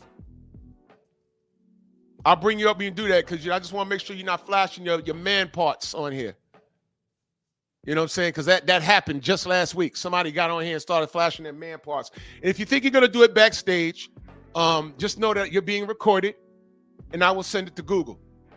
Like I did the other homosexual. Turn your camera on, good brother. Turn your camera on. I'll read the super chat. Now I'm going to go to John Thomas in that super chat salute. He said, you all saw Drew ask the white guy to get off. Ask the white guy to get off the panel. It's crazy work. Salute everyone in the building. I come. You're not white. Yo, you stupid. Hey, Drew, you just gonna skip me, dog? Nah, I'm sure Will in the building, man. You go ahead and cook, brother. Okay. While I got a second at work, did you see my super chat? Let me go back up. A lot of super chats came in. Let me go. Trill Will in that super chat. He said experience is going to show in this fight. Devin just has to stay on his plan and fight his fight. I believe Brian Norman is too green and hasn't been in there with an elite caliber fighter before. And I know all about the sparring sessions. Sparring don't really. Morpheus, come back. Morpheus, come back. I'll let you up. Come back. Come back. I'll let you. He says camera don't work. I'll let you up. Yeah, I actually had cut off. No, that's all right. Trill, Will, go ahead, but- Trill. Go ahead, Trill. Hold on a minute. Okay. Go ahead. I've heard all the shout out to Coach and shout out to Stormy D, man, with their infinite knowledge on the game of boxing. But the thing I see everybody picking out flaws from Devin Haney, but I rarely hear anybody speaking of the flaws of Brian Norman. Now, we've seen Brian Norman get dropped by a straight right hand, coming in too overzealous, coming in hot. We've seen Brian Norman not only get dropped once, he lost. I mean, I think one of the most challenging fights he's had. I believe he lost. One of the most challenging fights. Let's see. The thing about it is emotion plays a big part, and emotion was the reason why Devin Haney got dropped against Ryan Garcia. Emotion was the reason why he got wobbled by Jorge Linares. It was emotion that did that. Now, the reason why I wrote what I wrote in that super chat, Devin seemed more composed. Brian Norman stood there like a shook leaf, and it's like almost as if he didn't know what. I mean, looking at him from where I was seeing, and I watched the entire pressure, and I seen all of the op-eds and all these think pieces on everybody saying Devin's scared because he was hopping around, and I agree with Coach. He was dehydrated. His body wasn't at its best potential. But meanwhile, Devin is jumping around and staring him eye to eye. But everybody want to attain that to fear. I don't see fear in Devin. Devin's never gave me a reason to see fear in him. He's fought everybody in the game there is to fight, and how people can justify that as fear is beyond me. But anyways, my predictions for the fight: I got Abdullah Mason knocking out Sam Noakes. I say by round 6. I got David Benavidez walking down Anthony Yard because his gas tank is doo-doo. And I got Devin the Dream Haney by unanimous decision against Brian Norman. And y'all gonna see experience pays the bills. The same as y'all seen experience pay the bills when David Benavidez fought Morrell. When he fought Morrell, you seen experience is the reason why he looked as good as he did in that fight. And I'll land my plane there. There it is. John, you up, and then we're gonna go to FX. Salute, my brother. Yo, what up, man? So I'm gonna disagree with a lot of y'all on this panel. It's cool. With the Norman fight. But first I want to say Mason, man. Look, the fact that he got dropped them 2 fights with the guy with the shag, it got me a little worried because this guy Noakes, he throw like sharp, quick punches. You know what I'm saying? So I would like to see this dude. I eventually think that he gonna overwhelm him with his skill. Mason is, but I'm just a little worried about them little sharp punches. You know, where they put him down once or twice. You know, I just got to see him face adversity again. You know, like he did the first time. But hopefully he pulled it off, man, because he looked to be great.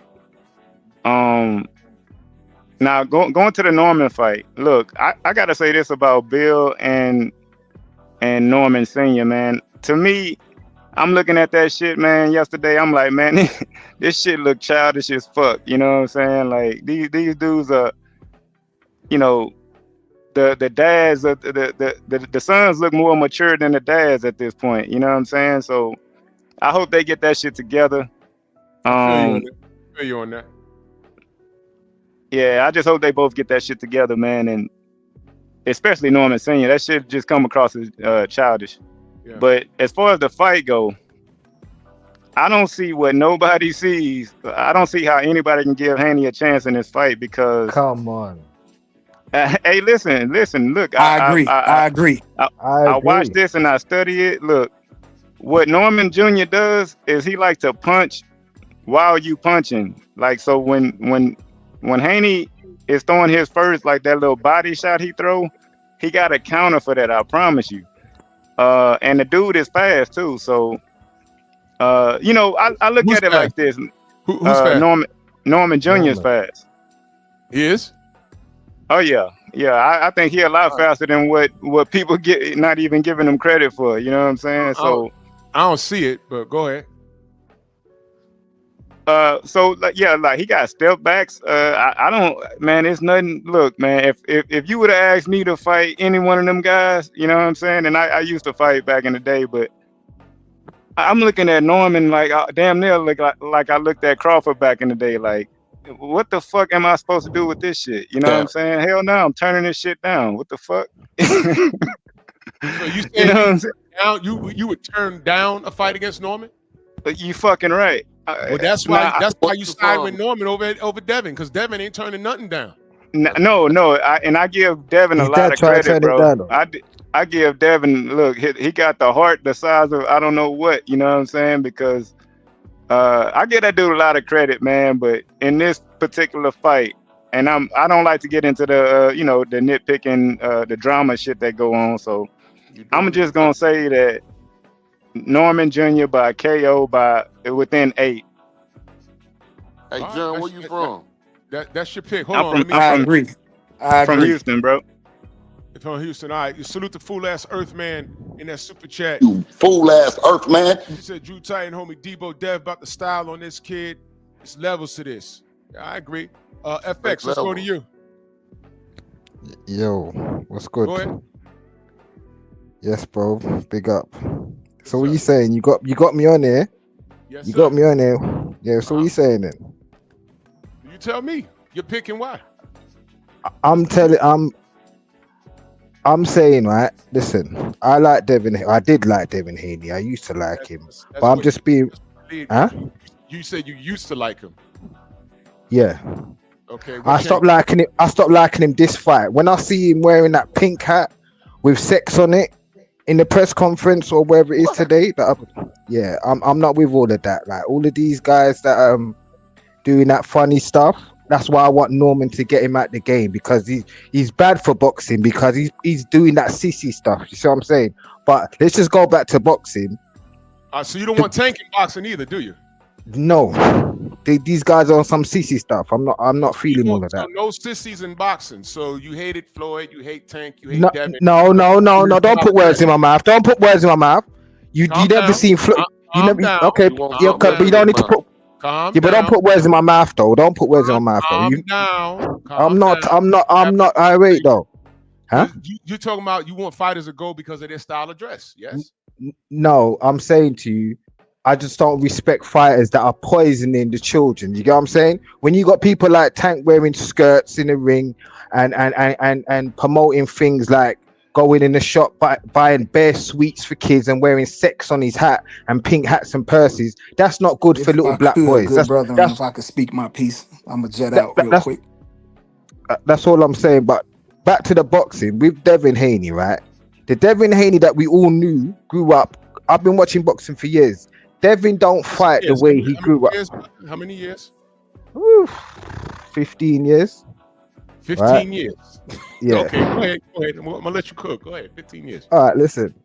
The Devin Haney that I saw back in the day, he was a superstar talent, the best boxer. He was a computer game, right? But the way he fights now, he don't fight like that because he ain't got no chin. He knows he hasn't got no chin, so now he fights scary. He fights like Klitschko, jab, right hand, hold, jab, right hand. That's his go-to now. So if you think that he's gonna beat Brian Norman, the guy that he's like, listen, Brian Norman is a talent. If you think he's slow and all of that, then you're not really understanding what you're looking at. You know what I'm saying? And if Devin Haney was so good on a level as Mayweather of anyone of that class, he would not have ran and disgraced himself against Ramirez. Like, why would you do that? Why are you gonna run around and disgrace yourself? The reason why Turkey's putting him in there now is because you're trying to rob Turkey. How are you gonna go in the ring and run around? I'm paying you all these millions. You know what? All right, I'm gonna get you knocked out. I'm gonna put someone in there who's gonna knock you out because you're playing games. That's not good for boxing.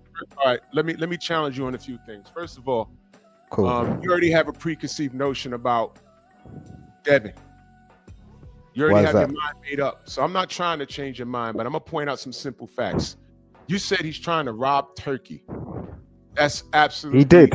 He did. That's absolutely wrong. That's absolutely wrong. All right. Now, are you gonna? You've been watching boxing for 15 years. How old are you? So why did? Walk me through it. I'm 45, brother. I'm 45. Listen. So why did Turkey say no Tom and Jerry fights? Hold on. You've been watching boxing. You're 45 years old. You only been watching boxing for 15 years. That's I'm just a rough estimate. That's a rough estimate. That's what you just said. said. I don't know how long I've been watching. I don't know. Could be longer. Could be longer. Could be much longer. I don't know. Okay, so you don't recall. You caught the tail end of the Floyd Mayweather era. You caught the tail end of it. You're talking to a 50-year-old man. I've been watching boxing with an educated eye since the early 80s, young man. Okay. So I know what I'm talking about. What's it got to do with now, though? What we say now? Why did Devin Haney run around from Ramirez like that? Respond. You have detached yourself from fighters basically because of a style of dress. That's what you just mate. No, listen. Yes, mate. That's what you said. I heard what you said. All right. Furthermore, you're saying that Devin is robbing Turkey. Let me explain something to you. If Turkey felt he was being robbed, he wouldn't put a bag in his hand. Turkey also said he loves Devin. He's got a contract, man. It's a contract. Please don't talk over me. Please don't talk over me. We're having a dialogue. All right. Cool. Okay. Turkey said he respects Devin because Devin will fight anybody. That's what he said. Now, along with let me address the Tom and Jerry situation that you said. I hear you're from across the pond. What's your ethnicity? I'm black. You're black. Yeah. Okay. Do me a favor, good brother. Oh, you said your camera don't work. That's what you said, right? Yeah. Magic. Okay. So now,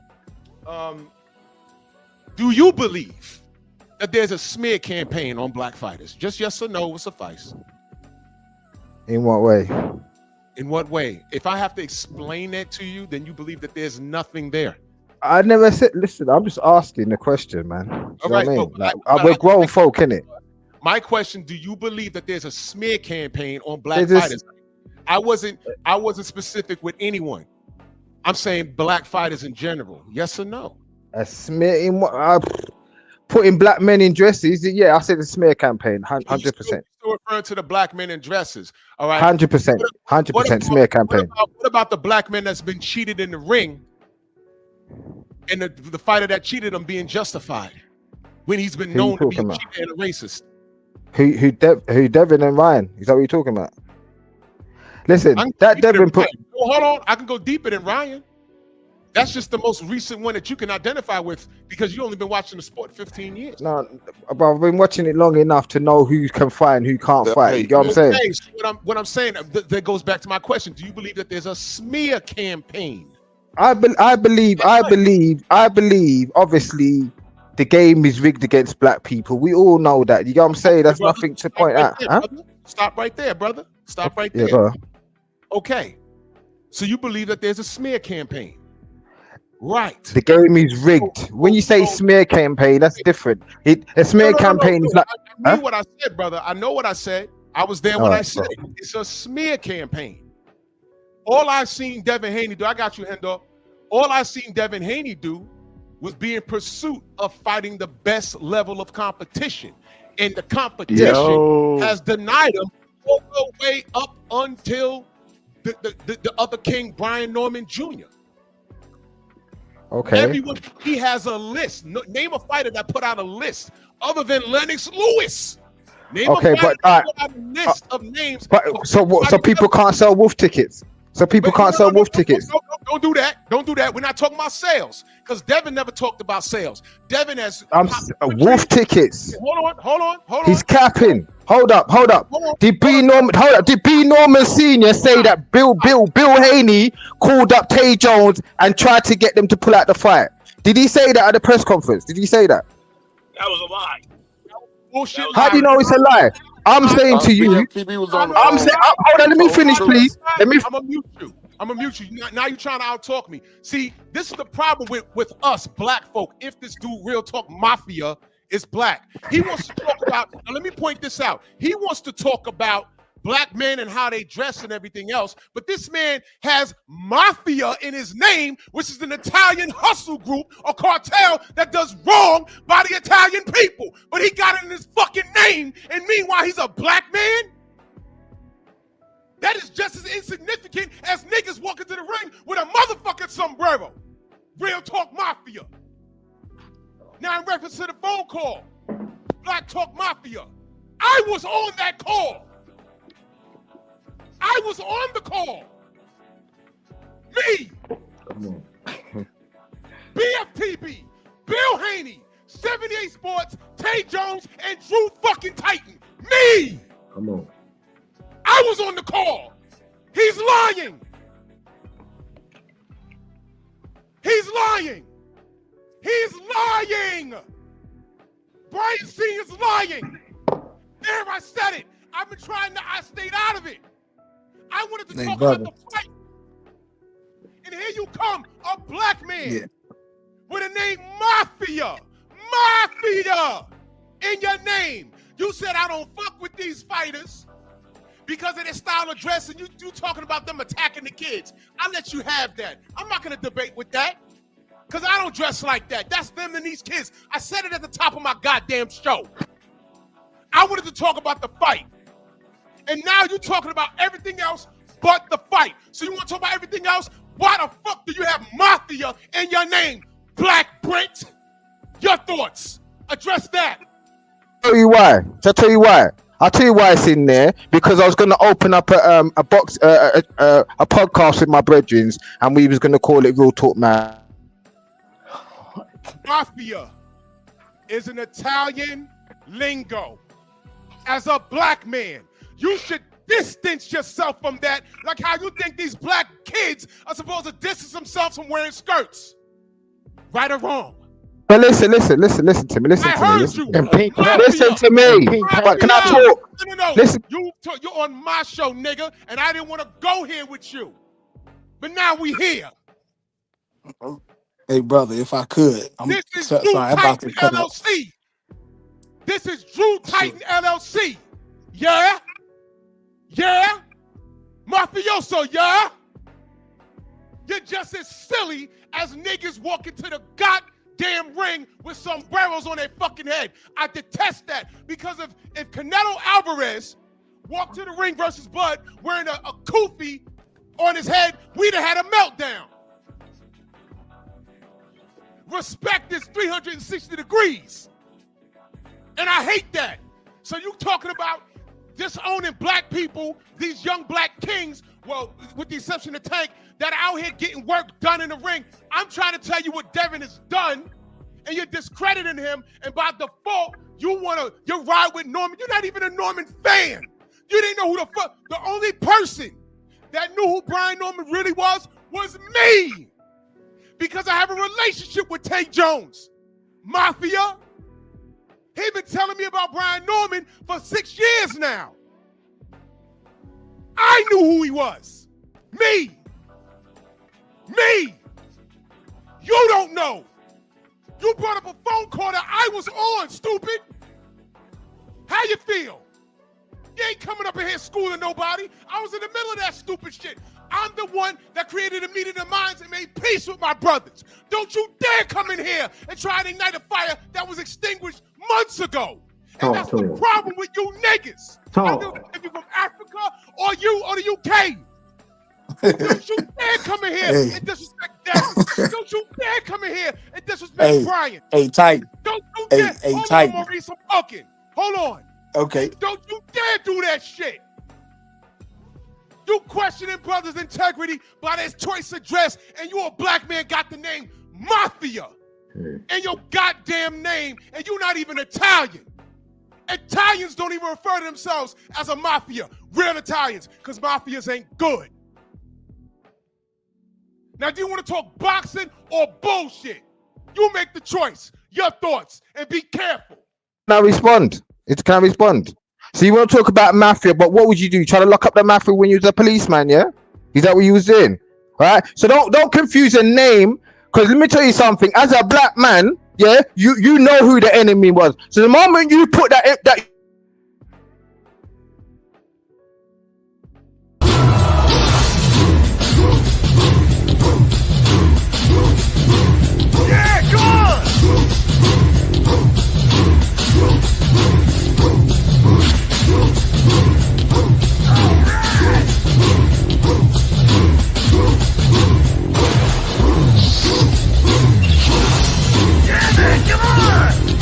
Hello.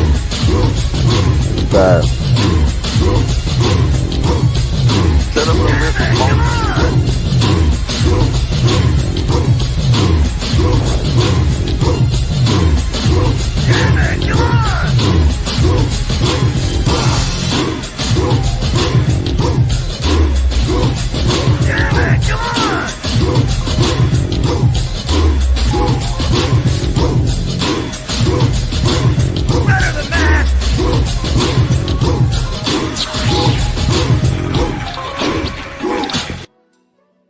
You stupid ass nigga. What the fuck does my former employment have to do with anything? Y'all niggas dug that up. man. Y'all niggas, Listen. You've been, I ain't gotta listen to shit, you stupid ass. This nigga been following me. This nigga been following me for years. What does me being a cop have to do with anything? I drive a bus now. What the fuck does that have to do? Nigga, you're still a black man in the UK with mafia in your name. That's the dumbest shit I heard. You got the nerve to try and judge these kids for how they dress? I'll come back to say one thing, because I heard every damn thing. This guy here, Real Talk Mafia, you come up here on a platform to voice opinions, but opinions are like assholes. Everyone has one, right? You gotta mute me. Why are you muting me for? Why are you? The fact that you say, hey, you're a bitch ass nigga. Shut the fuck up. You're a bitch ass nigga. Fuck out of here. Your ass than your face, because can't nobody tell the fucking difference between the two. Get the fuck out of here. Did he say he disowned black people? Did he say that earlier? He said he got a problem with how these young kids. Y'all hear me? Y'all can hear you, brother. He said he got a problem with how to. Hey, my brothers, I'm just gonna speak my piece. I'm about to jet. I appreciate the show, but my pick is Brian Norman Jr. From what I've seen, I do like Devin, but I haven't seen anything that Devin has showed me that can keep that young lion up off of him, and that's just my opinion. So I got Brian Norman Jr. That's your opinion, brother. I ain't mad at that. Peace to the show. Peace to y'all, brothers. Appreciate y'all. Yes, sir. Yes, sir. Y'all hear me? Loud and clear, Freedom's March. You go ahead, brother. Go ahead. I think something happened to the string. No, I can hear you. I can hear you. We can hear you. Can y'all hear? Yeah, we can hear you.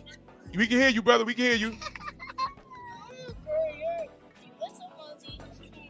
Freedom's March. Yeah, we can hear you. Can you hear me? Can you hear me, brother?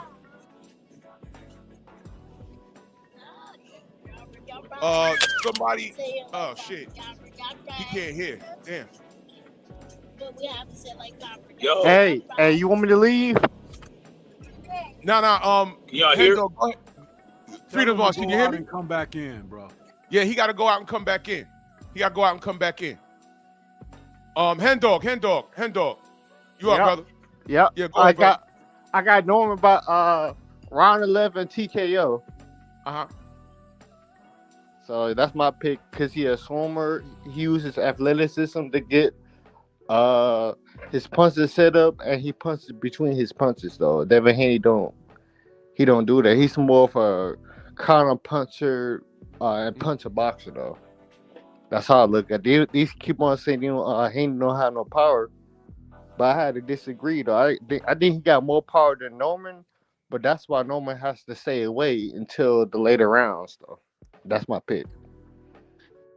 That's what's up, good brother. That's what's up. Freedom's March, you can hear me? Yeah, I hear you.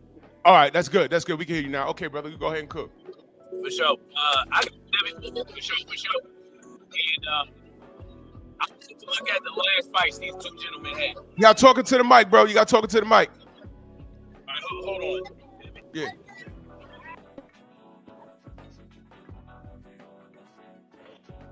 Hey, Drew 10, I just want to let you know I already blocked that troll from the chat, so he's out. Man, that motherfucker, he's a Brit that's been on my dick since he was flossing his teeth with AJ's nuts. Go ahead, Freedom's March. Thank you, Abel. Go ahead, Freedom. That's funny. I got Devin Haney, man. I haven't seen anything from Brian Norman to show me that he has the IQ to outwit Devin Haney at all in the ring. Looking at his last fight, I want to touch on a couple things that I saw that Devin can definitely exploit. I see that he gasses early. He gasses early. That's what I see. I see that he has a problem with range even when his opponent is right in front of him. I don't know how many times he missed Jin Sasaki when Jin was standing right in front of him. And he would throw these big shots and miss. So if Brian does that tomorrow against a Devin Haney, who is definitely going to outclass him in terms of footwork, in terms of ring IQ, he's going to do a lot better than Jin did against him. I see Brian Norman Jr. gassing early. I see Devin taking him in the deep waters and having his way with him in the later rounds. Now, what's going to be the key for me for Devin to win this fight is straights, jabs, and right hands, straight down the middle. Because Brian Norman has a tendency to throw these wide looping shots, right? And he leaves himself open to straight shots, just like he did against Boca Chica. And that's how Boca Chica dropped him. And that was a lot of that had to do with timing, right? So Boca Chica timed that perfectly as Brian Norman was coming in. So I see that I haven't seen Brian Norman evolve as a fighter since that. I haven't seen him evolve and improve, especially against someone like Jin Sasaki, who was standing right there in front of him, who was trying to walk him down with the high guard, was just letting him get off. And when he did land that big shot against Jin, Jin had his chin right out there in front of him for him to land that shot. Jin Sasaki was very undisciplined. His defense was lackluster. His footwork was non-existing. And so I haven't seen anything to show me that Brian Norman Jr. knows what to do against someone like Devin, who is going to be having the footwork and the defense to kind of mitigate what Brian Norman brings to the table, which is those big power shots that he has to plant his feet for and have a target right there in front of him, right? So this is what I see when I see this fight. Brian Norman Jr. has ways to win, right? Just like I agree with Coach Hudson. But he has to set his feet. He has to catch Devin in the middle of combinations, in the middle of exchanges, like Linares did. I agree with Coach Hudson. But what we have to realize is that in Devin's last fight, he improved on those things. He made adjustments. And I think he used Jose Ramirez to kind of test out, look, this is what I can do. That everyone says I get caught with these left hooks. I'm defensively unsound sometimes. I'm showing that, look, this is another level that I have. And people looked at that like one of his worst performances. I don't know how they saw that, right? I think it was one of his best performances, in my opinion. But what I saw against Jose Ramirez was that Devin is on a whole nother level, and he knows how to make those adjustments. He knows how to pick his hand up. He knows how to cover that jaw when he's throwing that jab. And that's one thing I will say about Devin that's kind of puts him on another plane from other boxers, is that he can make adjustments between fights that other fighters can't make adjustments for in their entire career, right? So that's one thing I see Devin being able to do, is he's going to go in there and show a completely different Devin Haney than people expect. And it's not going to look like anything that he's shown before. That's what I see happening. So that's why I got Devin to win this, and it is what it is. That's what I got. Thanks, Drew. No problem, man. Before I go back to my brother Thomas, let me be very clear, y'all. What you just witnessed, let me walk you through it, because a lot of y'all just heard me screaming. I know that might be entertaining for some of y'all, but realistically, I don't like doing that shit. But when that dude came up here, that was an olive branch. I was referring to him as brother. He came on here hostile. He don't like how these young men dress. That's fine. I'm not going to argue that, because I don't like how these young men dress, but I'm also 50 years old. But I wanted to talk about the fight. And this man had, what he had was, I got you, Mac Time. You can turn your camera off if you want, brother. what he wanted to do was engage with me on a personal note, because he said some things that were dead issues. I swear to God, like 5 years ago. That's what he did. So good job in baiting me, but you got what you asked for. You got what you asked for. He starts talking about Turkey Ala Sheik. He starts talking about all kinds of shit that didn't even matter. Haney robbing Turkey, that's man. Yeah, I mean that's crazy. He's talking about Haney robbing. He has a story made up in his mind about a fighter. You see, when Sergey Kovalev was the number one light heavyweight in the world, I hate that guy. He's a fucking racist. But what was the facts at one point before he ran into Andre Ward? The fact at one point was he was the best light heavyweight in the world. That's it. So I wanted to talk about the fight. Now, we can get on here and talk about X's and O's. I told y'all there is no wrong answer. It's just a pick. I got love for Brian Norman Jr. I got big love for Devin. I have a relationship with the Haneys. This is just a pick. If it was a fight that I felt that Devin wasn't going to win, I'd say that. But I feel Devin is going to win based off of what I see in the ring. That's it. I'm not mad at you. I'm not at war with nobody. But that dude, that nigger, because that's what he was, a nigger, capital N, came on here busting shots. He been wanting to do that to me for years. And instead of having an opportunity to have a grown conversation and make a new friend, you go on here firing shots. Well, you got what you asked for. You don't like these young brothers, how they dress. That's fine. I don't like no black man coming up here representing the negative side of another ethnicity. How dare you, a black man, come on here with mafia in your name? Real Italians don't fuck with the mafia. They don't. Just like I don't like black men walking to the fucking ring with sombreros on their head. That's disrespectful. A sombrero is a part of Mexican culture. Dumbass Elmo, he walked to the ring. Did y'all know one time he walked to the ring, the shit was on backwards? Did you know that? Yep, it was backwards. I didn't know that. A Mexican told me. He said, man, he got it on backwards. I said, what? That's stupid shit. Yep.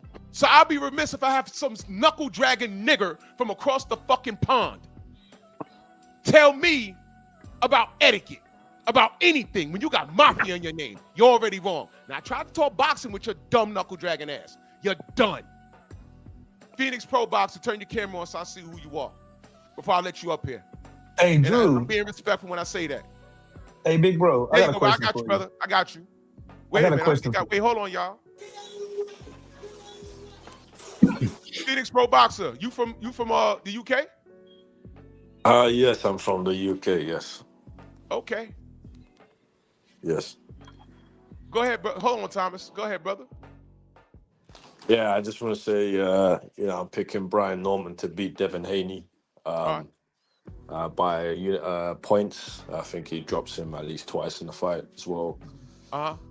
Also, I think, I think it's gonna be a good fight. I think Devin Haney is. I don't think Devin Haney really has a good chance of winning this fight. I think this style is wrong for him. I think he's underestimating Brian. I think he's just talking too much, to be fair.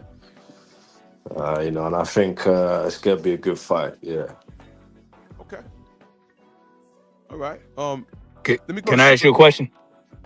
Hold on. Let me go to Super Mag time. This is the first time up here. Salute my Phoenix good brother. Pro Boxer.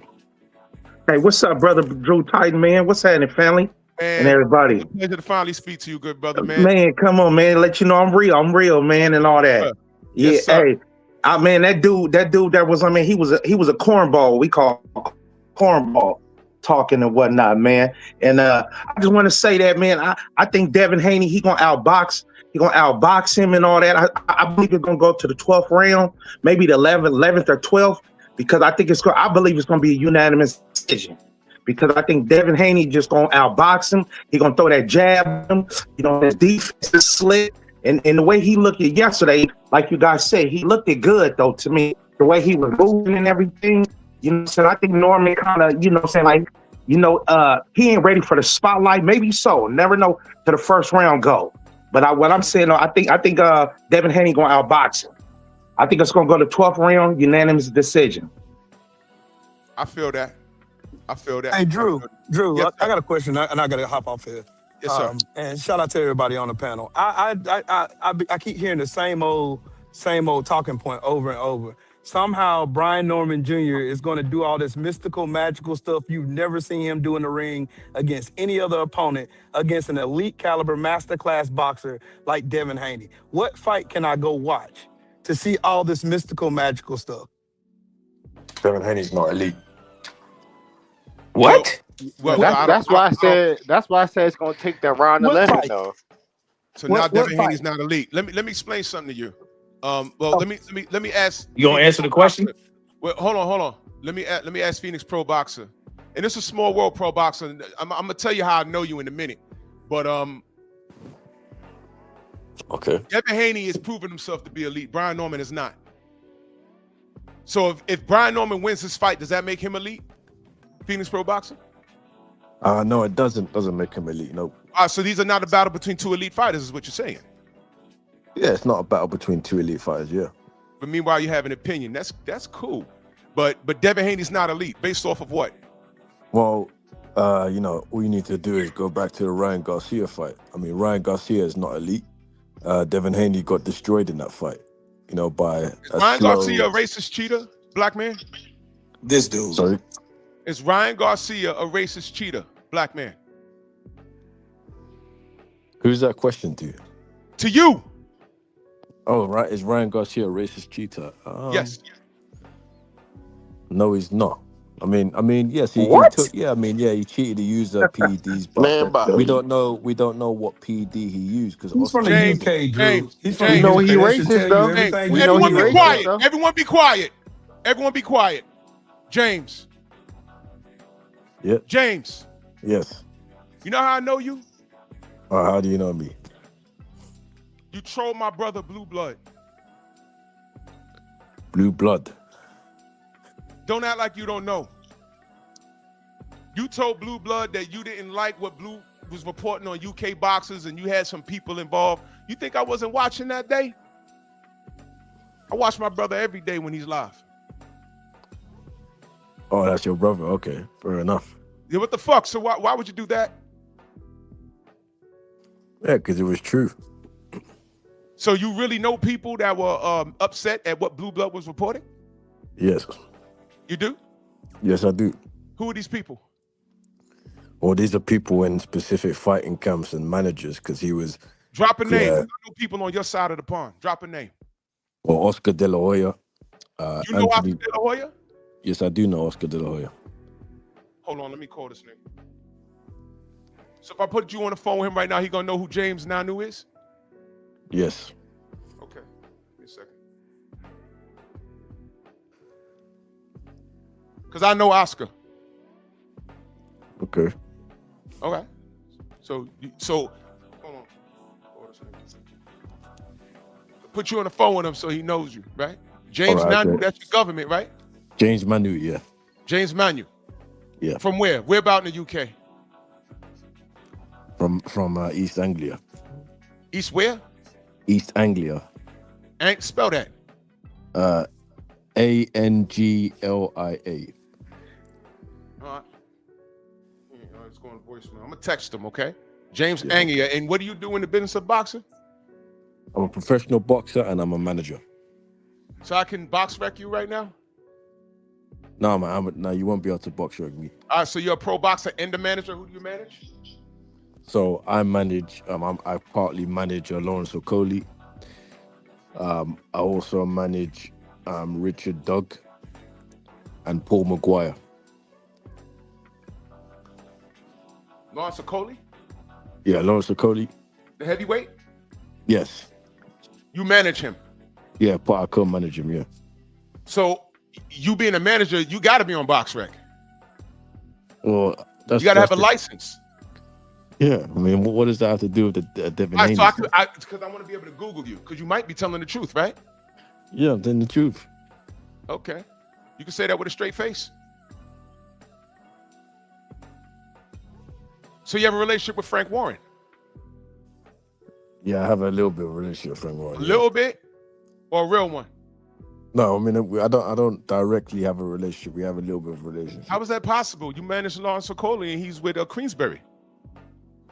No, just because you're a manager doesn't mean you have a relationship with the promoter.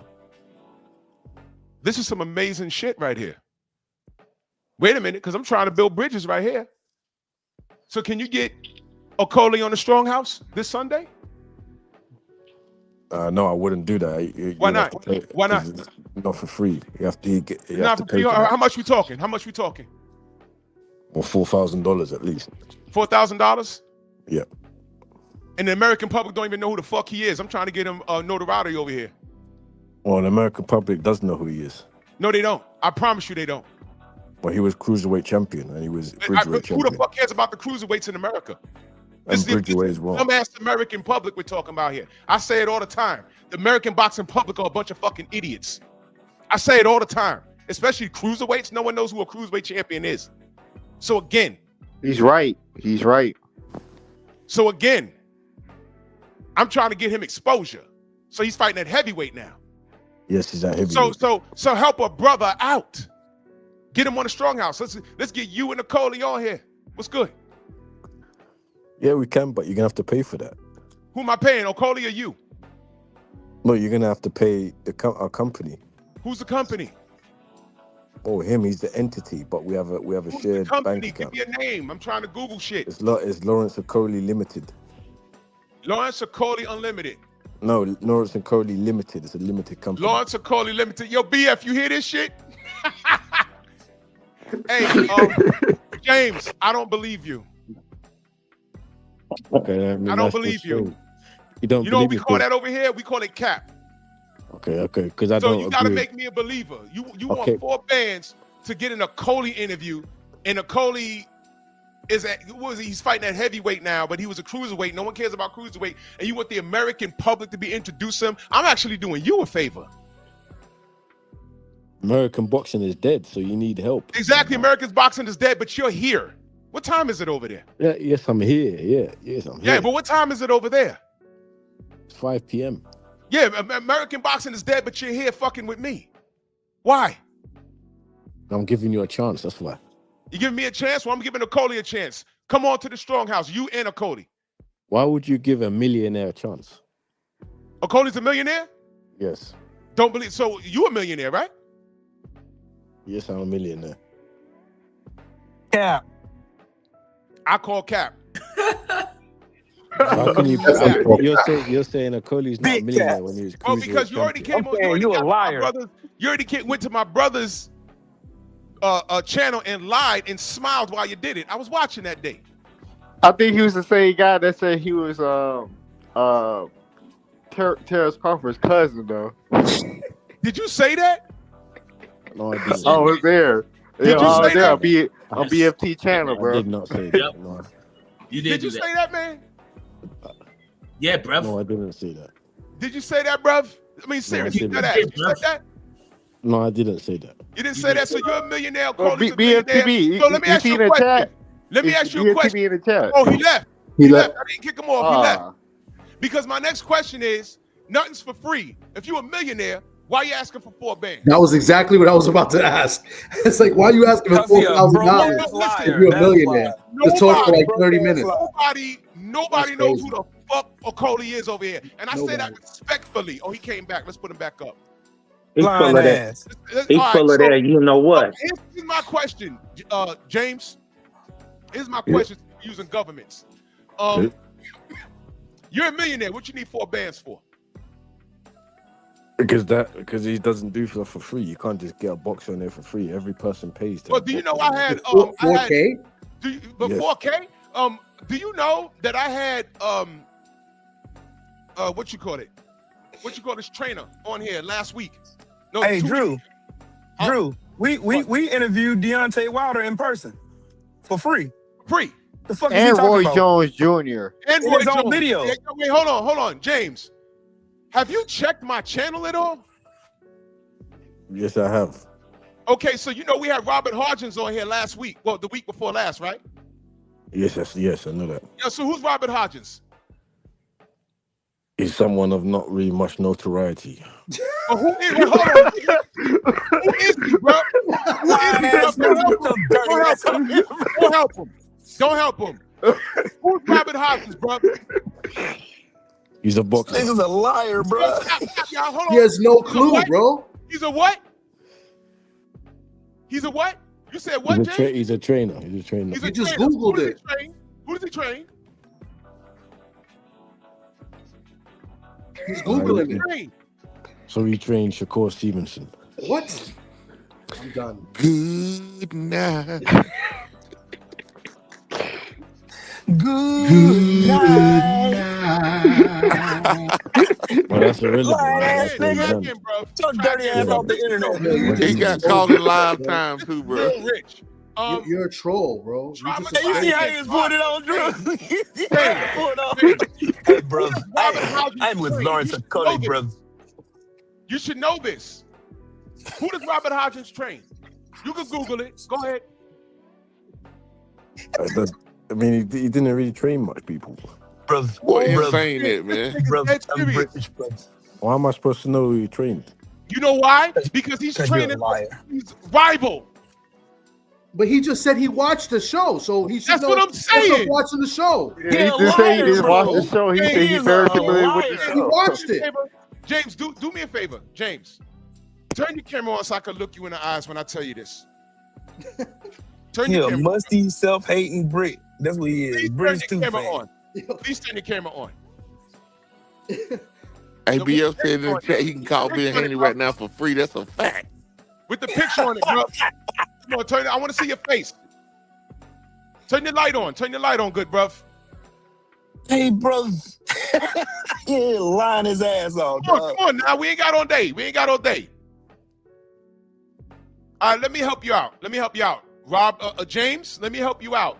Yeah. Robert Hodgins trains a heavyweight that I personally think will knock the shit out of your boy, Okolie. Do you know who that is? Okay, yeah, I know who that is. Who is it? Say the name. Was it Michael Hunter? Oh my! Oh my God. Yeah, that's that. Because that's He your only got out hope. of That's because that's the guy TD's you said over that you there. think is the future. That's what you said. You have no clue, bro. He said You he's the have- future. He said he's your only hope. Oh Said my he's your only God, hope. Moses is he talking about, bro? Oh my God. Yeah, You Moses said Thomas. I am liar. No, hold on, Moses y'all. Thomas is the best. Hold on, y'all. Stop. Robert Hodgins trains Fabio Wardley. Never mind then. No, he doesn't. Just on my show 2 weeks ago. He trains Ben Davis. He's trained Ben Davison. And he trains Ben Fabio Davison is a Wardley. trainer, dumbass. Ben Davis is a trainer. What the fuck? Ladies and gentlemen, this Stupid butt. Yo, UK, y'all gotta do better. Come get your boy. Come get your boy. No wonder British boxing is trash right now. Have you had Good it on you the God. whole time? We're better than Have you had it on you the whole No, time? you're not. And Name he one actually champion said- that's British actually now. said 4 bands to interview Okolie that nobody knows over here. Hey, he one of them African scammers from the UK, bro. He Hey, gonna he scam the spiked shit out your ass. He spiked his own water. James, you're Yeah, not he serious? must be right now. He Are you must be right Nigerian? now, Drew, waiting to scam your ass, dog. Don't get that Exactly. nigga You a dime, Nigerian, dude. bro? Are you Nigerian? No, I'm not Nigerian. Funky hoe. You're not Nigerian like I am Anthony from- Joshua? I am from Okolie is- Nigeria, I'm not and I Nigerian. go to Isn't see your Okolie money. Nigerian? Isn't Okolie Nigerian? Okolie's Nigerian. Yes, Okolie is Nigerian. He's British, but he's Nigerian. So Yes. if I Oh, contact him shit. directly, he gonna ask me for 4 bands? Yes, he will. Hey, peace out. Hey, peace out, y'all. I'm about to go to work, y'all, man. You can't have Haney, boxers man, on bro, there for I'll free. come right back. I'll give You him can't- the you credit. can't have but boxers I on gotta there leave for for free. work. Peace. This nigga said he trains Ben Davidson. I'm over the moon right now. I never said I trained Ben Davison. Hey, Drew, I I bet said you Fabio. I barefoot said right Ben now telling Davison that trains lie. Fabio Wardley. Ben Davison trains Fabio Wardley, man. Hey, Drew, hit him with the niggas horn real quick, dog.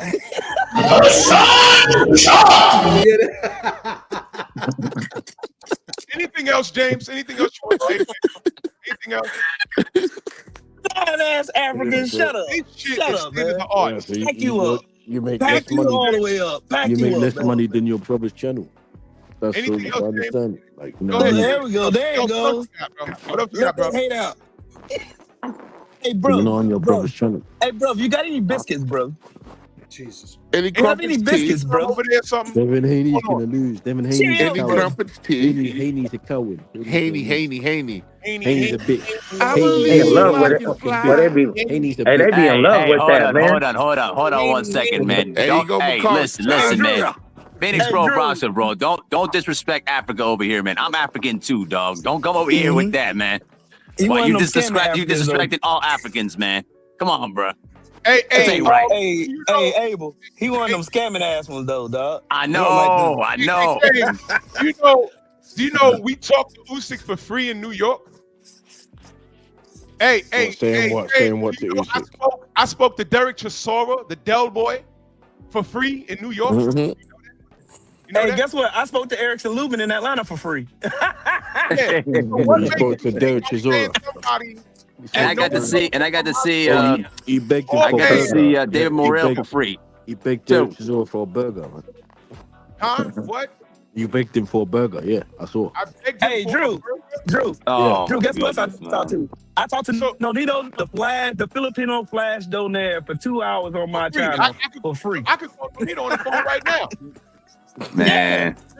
But I Hey, UK dude. Hey, UK dude. Are you actually African, man? Hell no. No, I'm not African. Are you sure? He's not Because you sound African, man. You sound like you're from Nigeria. You sound like from Mali or something. How can I sound like I'm from dog, man. African if you have an English accent? What kind of rubbish is that? I'm just What asking. kind of rubbish? Yeah, self-hating nigga. That's what he is. You don't understand No, anything. You don't understand anything. You're not American. Are you waiting to receive my? No, but you're not American. You're not. Hey, listen, mate. Hey, listen, mate. You need to know how to talk UK. It's listen up You there, don't know mate. how to talk UK. You don't. Listen, mate. Listen, mate. You need to stop hating on blacks, mate. Hold on, y'all. No, I talk UK. Hold on, James. Do you really eat beans in the morning? But what? Do you really eat beans in the morning? No, I don't. That's fucked up. Beans and toast. That's what you eat in the I got morning. another That's question. Oh, man. Why do you not? He can't. He be eating canned mud. Why is there no seasoning on your fish and chips? Why? Man. That's what you do. That's your Why? culture. That's your Why? culture. We have seasoning over here. That's your culture, man. Why? That's your culture. You know Why what? do eat potty. Your culture. You eat potty in the morning. Beer batted fish and chips. Tell me about that. Talk to me about the beer batted fish and chips. Talk to me about that. Which is not better because you ain't talking boxing. You know, at the end of the day, you guys Go just back made to this guy's Africa, day. man. You Hey, just my made man this be eating guy- noodles. You just made this guy from the UK's day, all of y'all, especially you, Drew, because these guys come up and make up the wildest stories and give the wildest excuses just to come up here and speak to you. It's crazy. It's crazy. I can call you anytime I want, Drew. I could call you anytime I want. But these guys come up with the craziest stories, the lies, just to get on the panel and talk to you. They made it, man. Pro boxer, you made it, bro. Hey, Drew, Oh, you yeah. and BFTB are world famous, bro. BFTB, how you find these? Hey, I gotta ask a question to BFTB in the chat. How you find these UK people, bro? How you find them, man? BFPB damage them and they come to Drew for healing. Hey, James. Drew, Real shit. keep your camera off, bro. Keep your camera off. You and BFTB, keep your camera off today. Hey, These James. dudes are weird. Real shit. Real shit. And they Just be goofy, honest. man. Stop, y'all. Hold on, y'all. Be honest with yourself. You want to fuck, don't you? Oh shit. Just say it. He naked right now. Just say it. You want to fuck, don't you? Yeah, Just I say do. He wants I some do. penis. Oh no! Gay. I tell you, are gay. Why are you gay? Hey, wait, hold on, y'all. Quiet. James, you want to fuck, don't you? Yeah. James? I do, James, mate. you take it too long to answer. James, do you want to fuck? I Be do, honest. mate. This is wild, man. Good.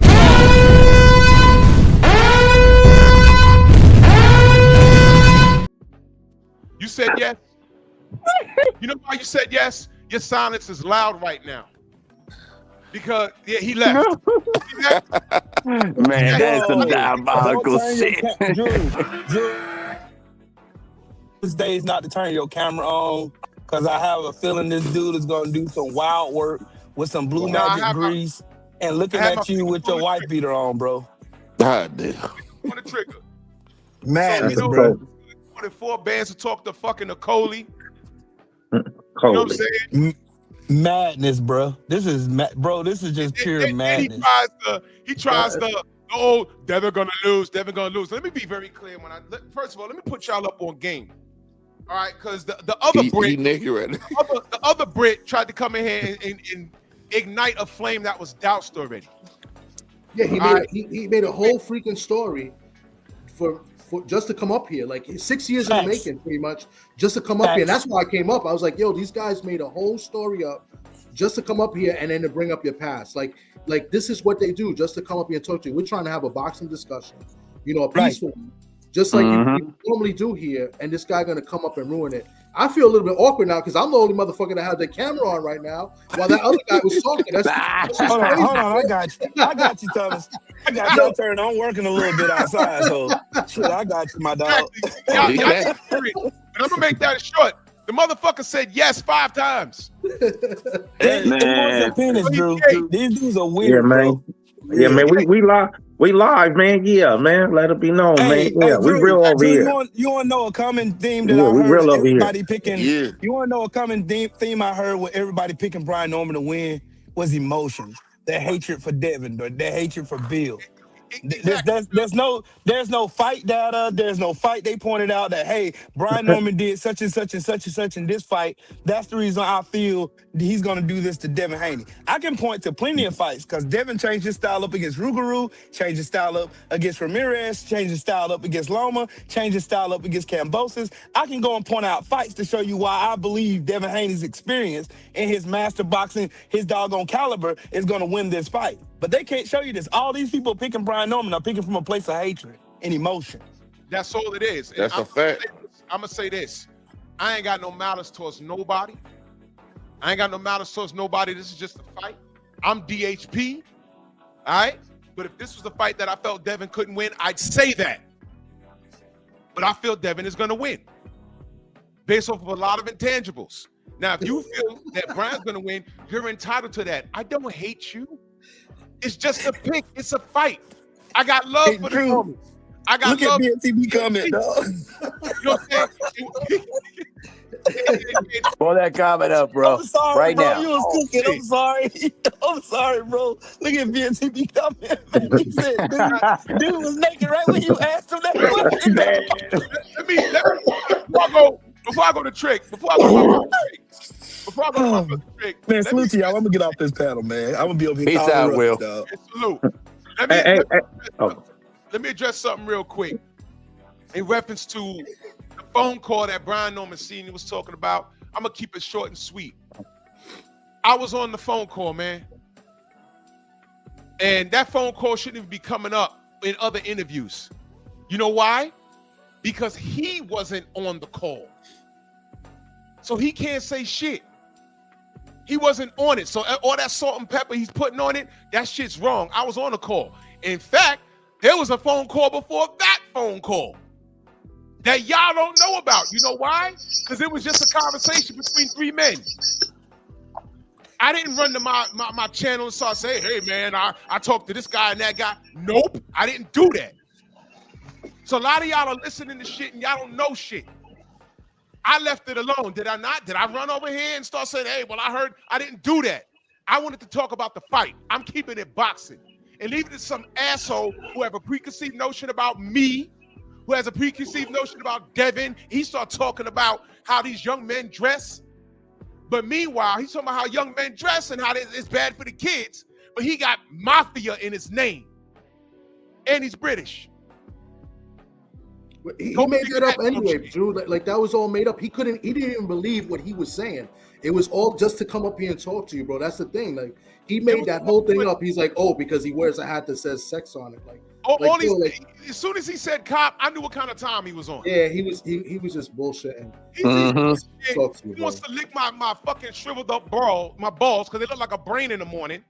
You want to lick my balls? Just say how you coming so I can tell you no, and I know not to bring you up here. Say you're gay for me, and I know not to deal with you. Come to terms with yourself. Let me go to my brother Trick Notes in the building. Salute to you. You on mute, brother.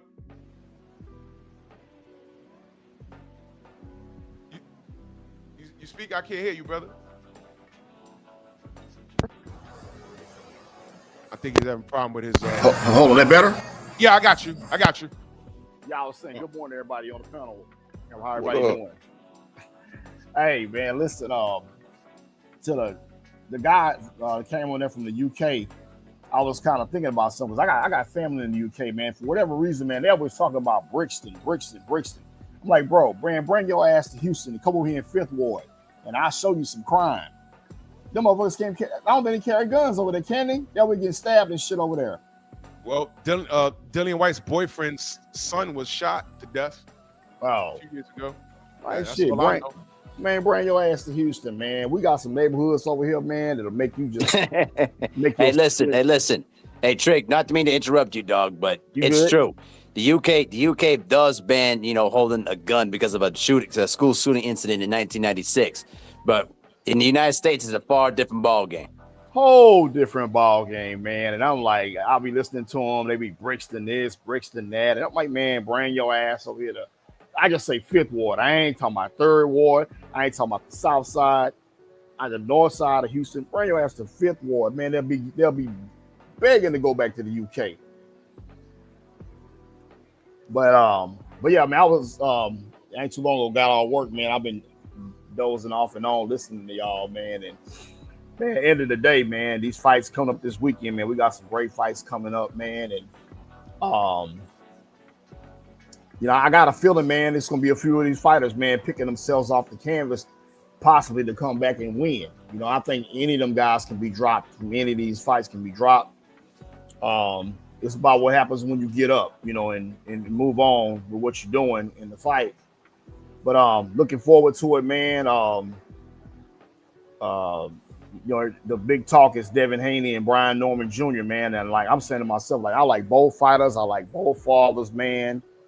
It's very entertaining. What Bill and Brian Norman Sr. are doing is very entertaining. I don't have a problem with it, man. I heard some people saying, that they're trying to take away from the fight by what they're doing.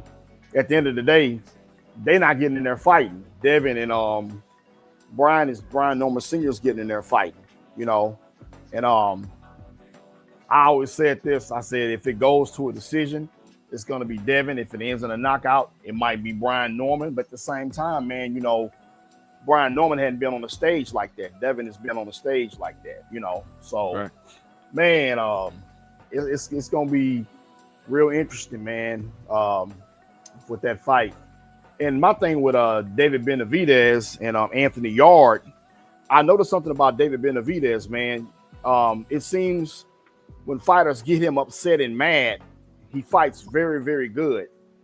To me, he's not mad. He don't seem upset. He seems like he's in a good, calm state. I'm not saying that Anthony Yard's going to win the fight. I think that once Benavidez starts putting pressure on him, especially like latter rounds, I think anything after round 6, man, David Benavidez is probably going to be in control, man, because we know Anthony Yard, man. I mean, whatever it is, man, so with these Brits, no offense to the Brits, but it's either your eye or your gas tank. You know what I'm saying? So we've seen the guys going in and falter with the eyes. Now this guy here, he's got the gas tank. So unless he can hold and hit, do a Vladimir Klitschko and survive, but I got David Benavidez winning that fight. But I think the sleeper on the card is going to be Bam Rodriguez against Puma. That's going to be the sleeper. The fighters from Argentina are very, very tough, man. Those dudes are tough as hell, man. Yeah, man. You can go back far as Carlos Monzon. You know what I'm saying? Right. You got Sergio Martinez, man. Golly, man. Maidana, man. He's tough. Yeah, Maidana, man. Them guys are tough, man, coming from Argentina, man. You had a fighter named Juan Martin Kogi. I think he beat Frankie Randall. That guy was tough. Nah, he did. Yeah. Now people don't remember that. You don't remember that fight? Yeah, man. Them Argentine fighters are tough, man. So I can see Bam getting off the canvas, man. You know, because this guy can punch, man. I can see Bam. That's one that I'm saying too. One of the guys probably he might end up getting off the canvas and making adjustments to win the fight. What's the other one? Sam Noakes, and Mason, man. That's another one too, man. You know, I feel both of them guys may get dropped, and whoever get up is going to end up winning the fight. You know, once they start adjusting to things or whatever. Like I say, I just feel somebody's going to get dropped in these fights, man, and they're going to have to get up. They're going to get up and show us something. You know, I like that, man. I like that, brother. Man, I appreciate that, man. I like that, man. Let me move this along. Let me go to best pugilist, my brother. Salute, man. You go ahead and cook. Yo, peace, yo, peace to the panel, peace to the brothers. Peace. Everybody on the panel. Yeah, this is gonna be a good show, man. I like this. I like this show a lot.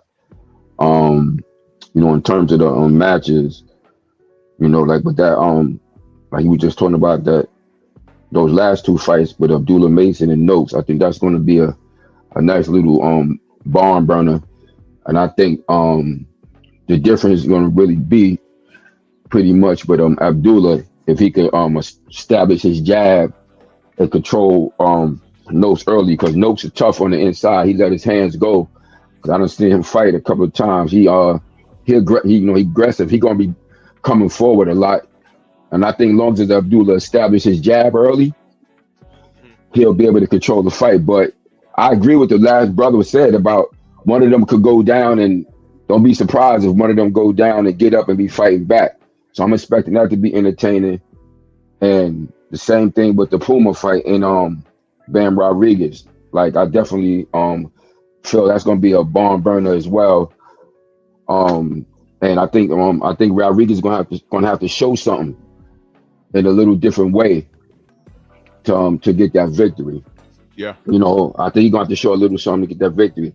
Now, this is my interesting take on the Devin Haney Brian Norman fight. Let's hear it. Now,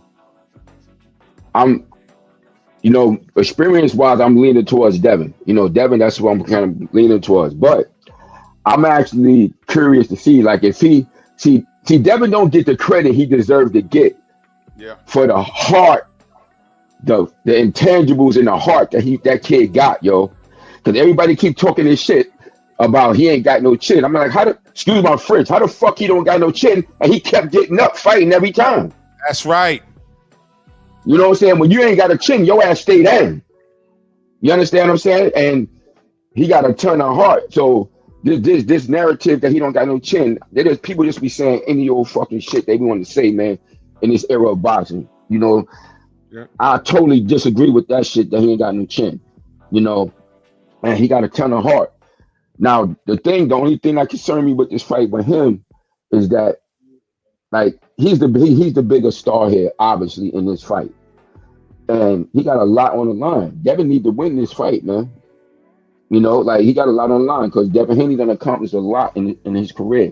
So if he does happen to, like, get hit hard, I can see Devin starting to really stand there fighting with this dude, man. And like I'll be a mistake. Like no, but like what's her name? But like but I agree with what Stormy B Man said earlier, because I had got on and I had to get off and shit. Then I got back, but I heard that early part. I was going to, you know, I just couldn't get on at the time, and I agree with what he's saying. Like it's going to be based on Devin making mistakes, like more than anything else, not taking nothing away from Brian Norman Jr. skill set, which is a lot better than he's given credit for. You know, everybody keep looking at the punch, but he got some subtle skill set too. But Devin Haney is still fast and got them quick twitch muscles, and he can move and things like that. So that's gonna be interesting. I think, you know, Dev is real prideful. He's a real prideful kid, and I think he might, if he's got hit him hard, I don't think he's gonna be running like everybody think he's gonna be running. You know what I'm saying? He looks strong. He looks strong there. So that's my thing with that fight. So I don't know. Like I'm rooting for Dev, but I'm a little nervous. No, that's not true. That's not true. Because I feel like his heart it's going to make that a lot tougher because I think he's going to, you know, try to fight with this kid a little bit if he hitting him hard. Because I think, you know, what's his name going to be able to get to him a little bit in terms of maybe cutting the ring off a little better. He not going to run. He not. He not going to run like people. I think a lot of people think, oh, he just be running because they saw that last fight. Nah, I don't think he's going to do that. Because I got a lot of respect for him for even taking this fight because he didn't have to. I think people are understanding that you're going after the best dude in the division. Your first fight there. You know, so it's gonna be a good one. You know, I want to see. I want to see what he got. What he gonna do? Doesn't it make you Yeah, excited? yeah, absolutely. I love it, yo. It reminds me of back in the days. You know, you moving up, fighting the best. I want to say to the audience and salute to Trill Will. He says, "My dog Trick Nolte salutes. I need that card." Let me say this. I'm not at war with anybody. I'm not at war with the Normans. Definitely not at war with the Haneys. That's my family. This is boxing, y'all. If Brian wins, I'm going to talk about it. I'm going to talk him up. Oh, yeah, no question. Because you know what happens if he beats Devin? You know what happens? The world going to turn on him. They're going to love him for a minute, doing the world a favor. But when he starts to move forward and once he starts getting in the ring with somebody with a Latino last name, then they're going to see how they fucking turn on him. And we're going to be right here defending him because that's what we do. So I'm not at war with anybody. All right, I'm not at war with anybody. All right, all no question. People tried to assist and organize chaos in a situation that's already dead. What he didn't know is that I was there for all of it. He didn't anticipate. I was there. And I say this respectfully. I don't care what Senior has to say on all those channels that we don't fuck with. Because I was there. He wasn't. So I ignored all of that. I ain't doing no videos about that. I don't need to do all of that. I'm talking about the goddamn fight. I salute Brian Norman. You know why I'm saluting Brian Norman Jr.? Because he was next on the list. And he's the only one with balls to say, all right, Devin, let's get it. Everybody else said no. Tank said no. Shakur said no. Boots said no. Tiafimo said no. Brian said yes. Period. He was just next. And Devin is going up to another weight class. Yeah. And that's the thing. You got to give him credit for it. You got to give him credit for that. You know, taking on the best dude. To date. And y'all don't want to give him credit, that's fine, but I know where that comes from. So yeah, they don't want to give him credit. Devin the Dream Haney. He's already in the Hall of Fame. I salute it. And what's going to happen is, if he styles on Brian and makes it a shutout, they're going to say Devin need to go to 54. They're going to say that. Nothing this kid does is correct. And I want the Normans to see that. How they treating Devin is a direct reflection of how he's going to get treated if he beats Devin. So none of this fighting needs to even be taking place. We need to be excited. These two young kings are about to lock horns, and may the best man wins. It's boxing. These are two kings doing it right now. We need to celebrate that. We need to be celebrating that like how we were supposed to be celebrating Errol and Bud. These were kings getting it on. That's it. Because outside of that, they do nothing but emasculate us. Tank emasculated himself and allowed himself to be emasculated by Jake Paul. We have two real fighters getting it on, and you got one group of niggas trying to emasculate Devin. You got this British nigger, this knuckle dragging nigger coming up here talking about, oh, don't like how the young men are dressing it. It's a threat to the kids. But this nigga got fucking mafia in his name. Get the fuck out of here. Go to the highest building in the UK and do the Lord's work. Jump right off that fucker. Get out. Hey, Drew. Thank you very much. But the general's on.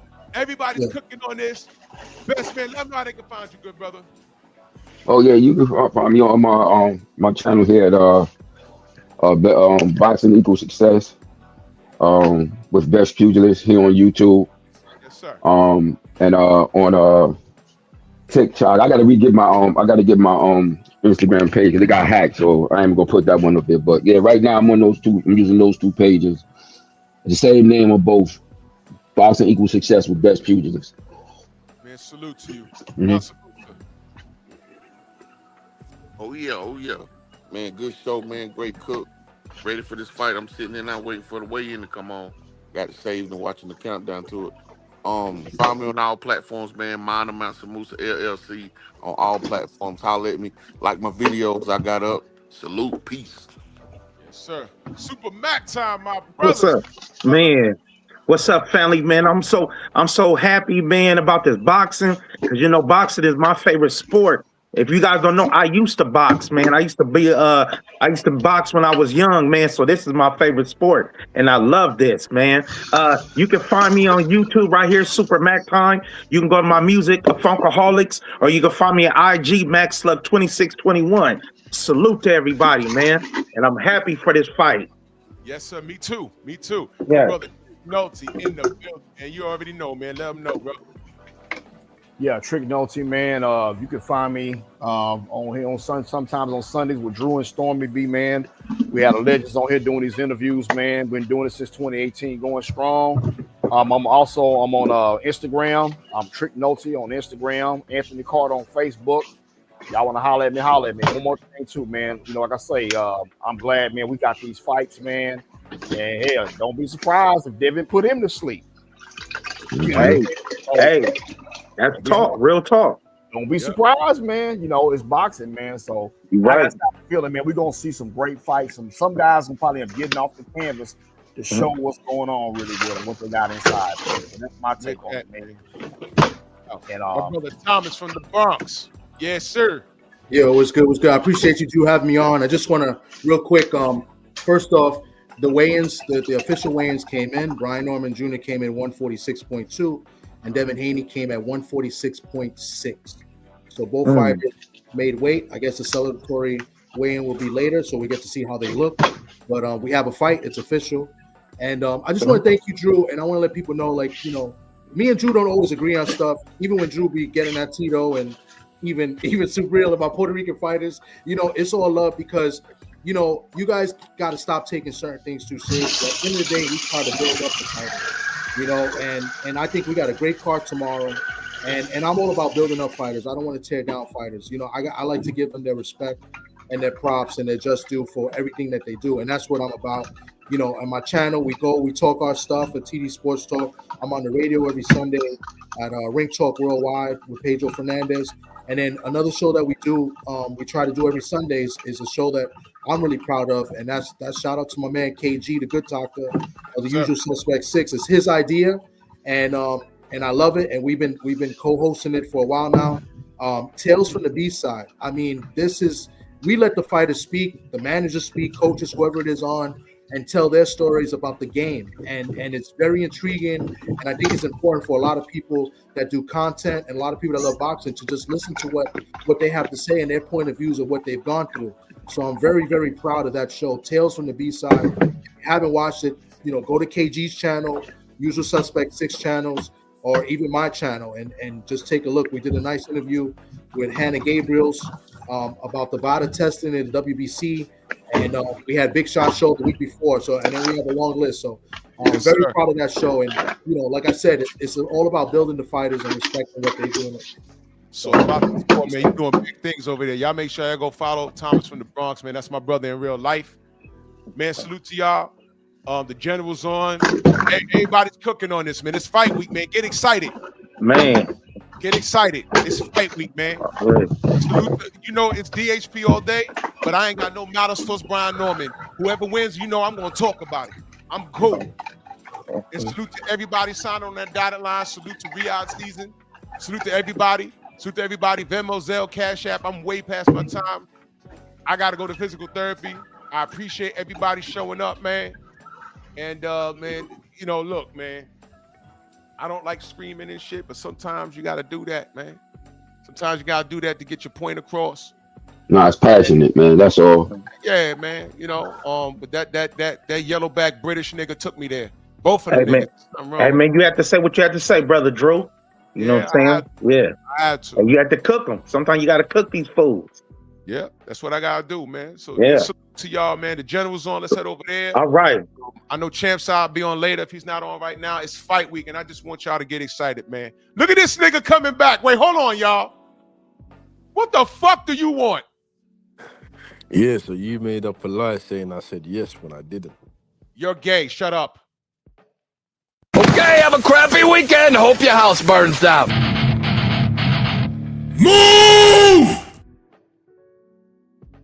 Why are you gay? Who says I'm gay? You are gay.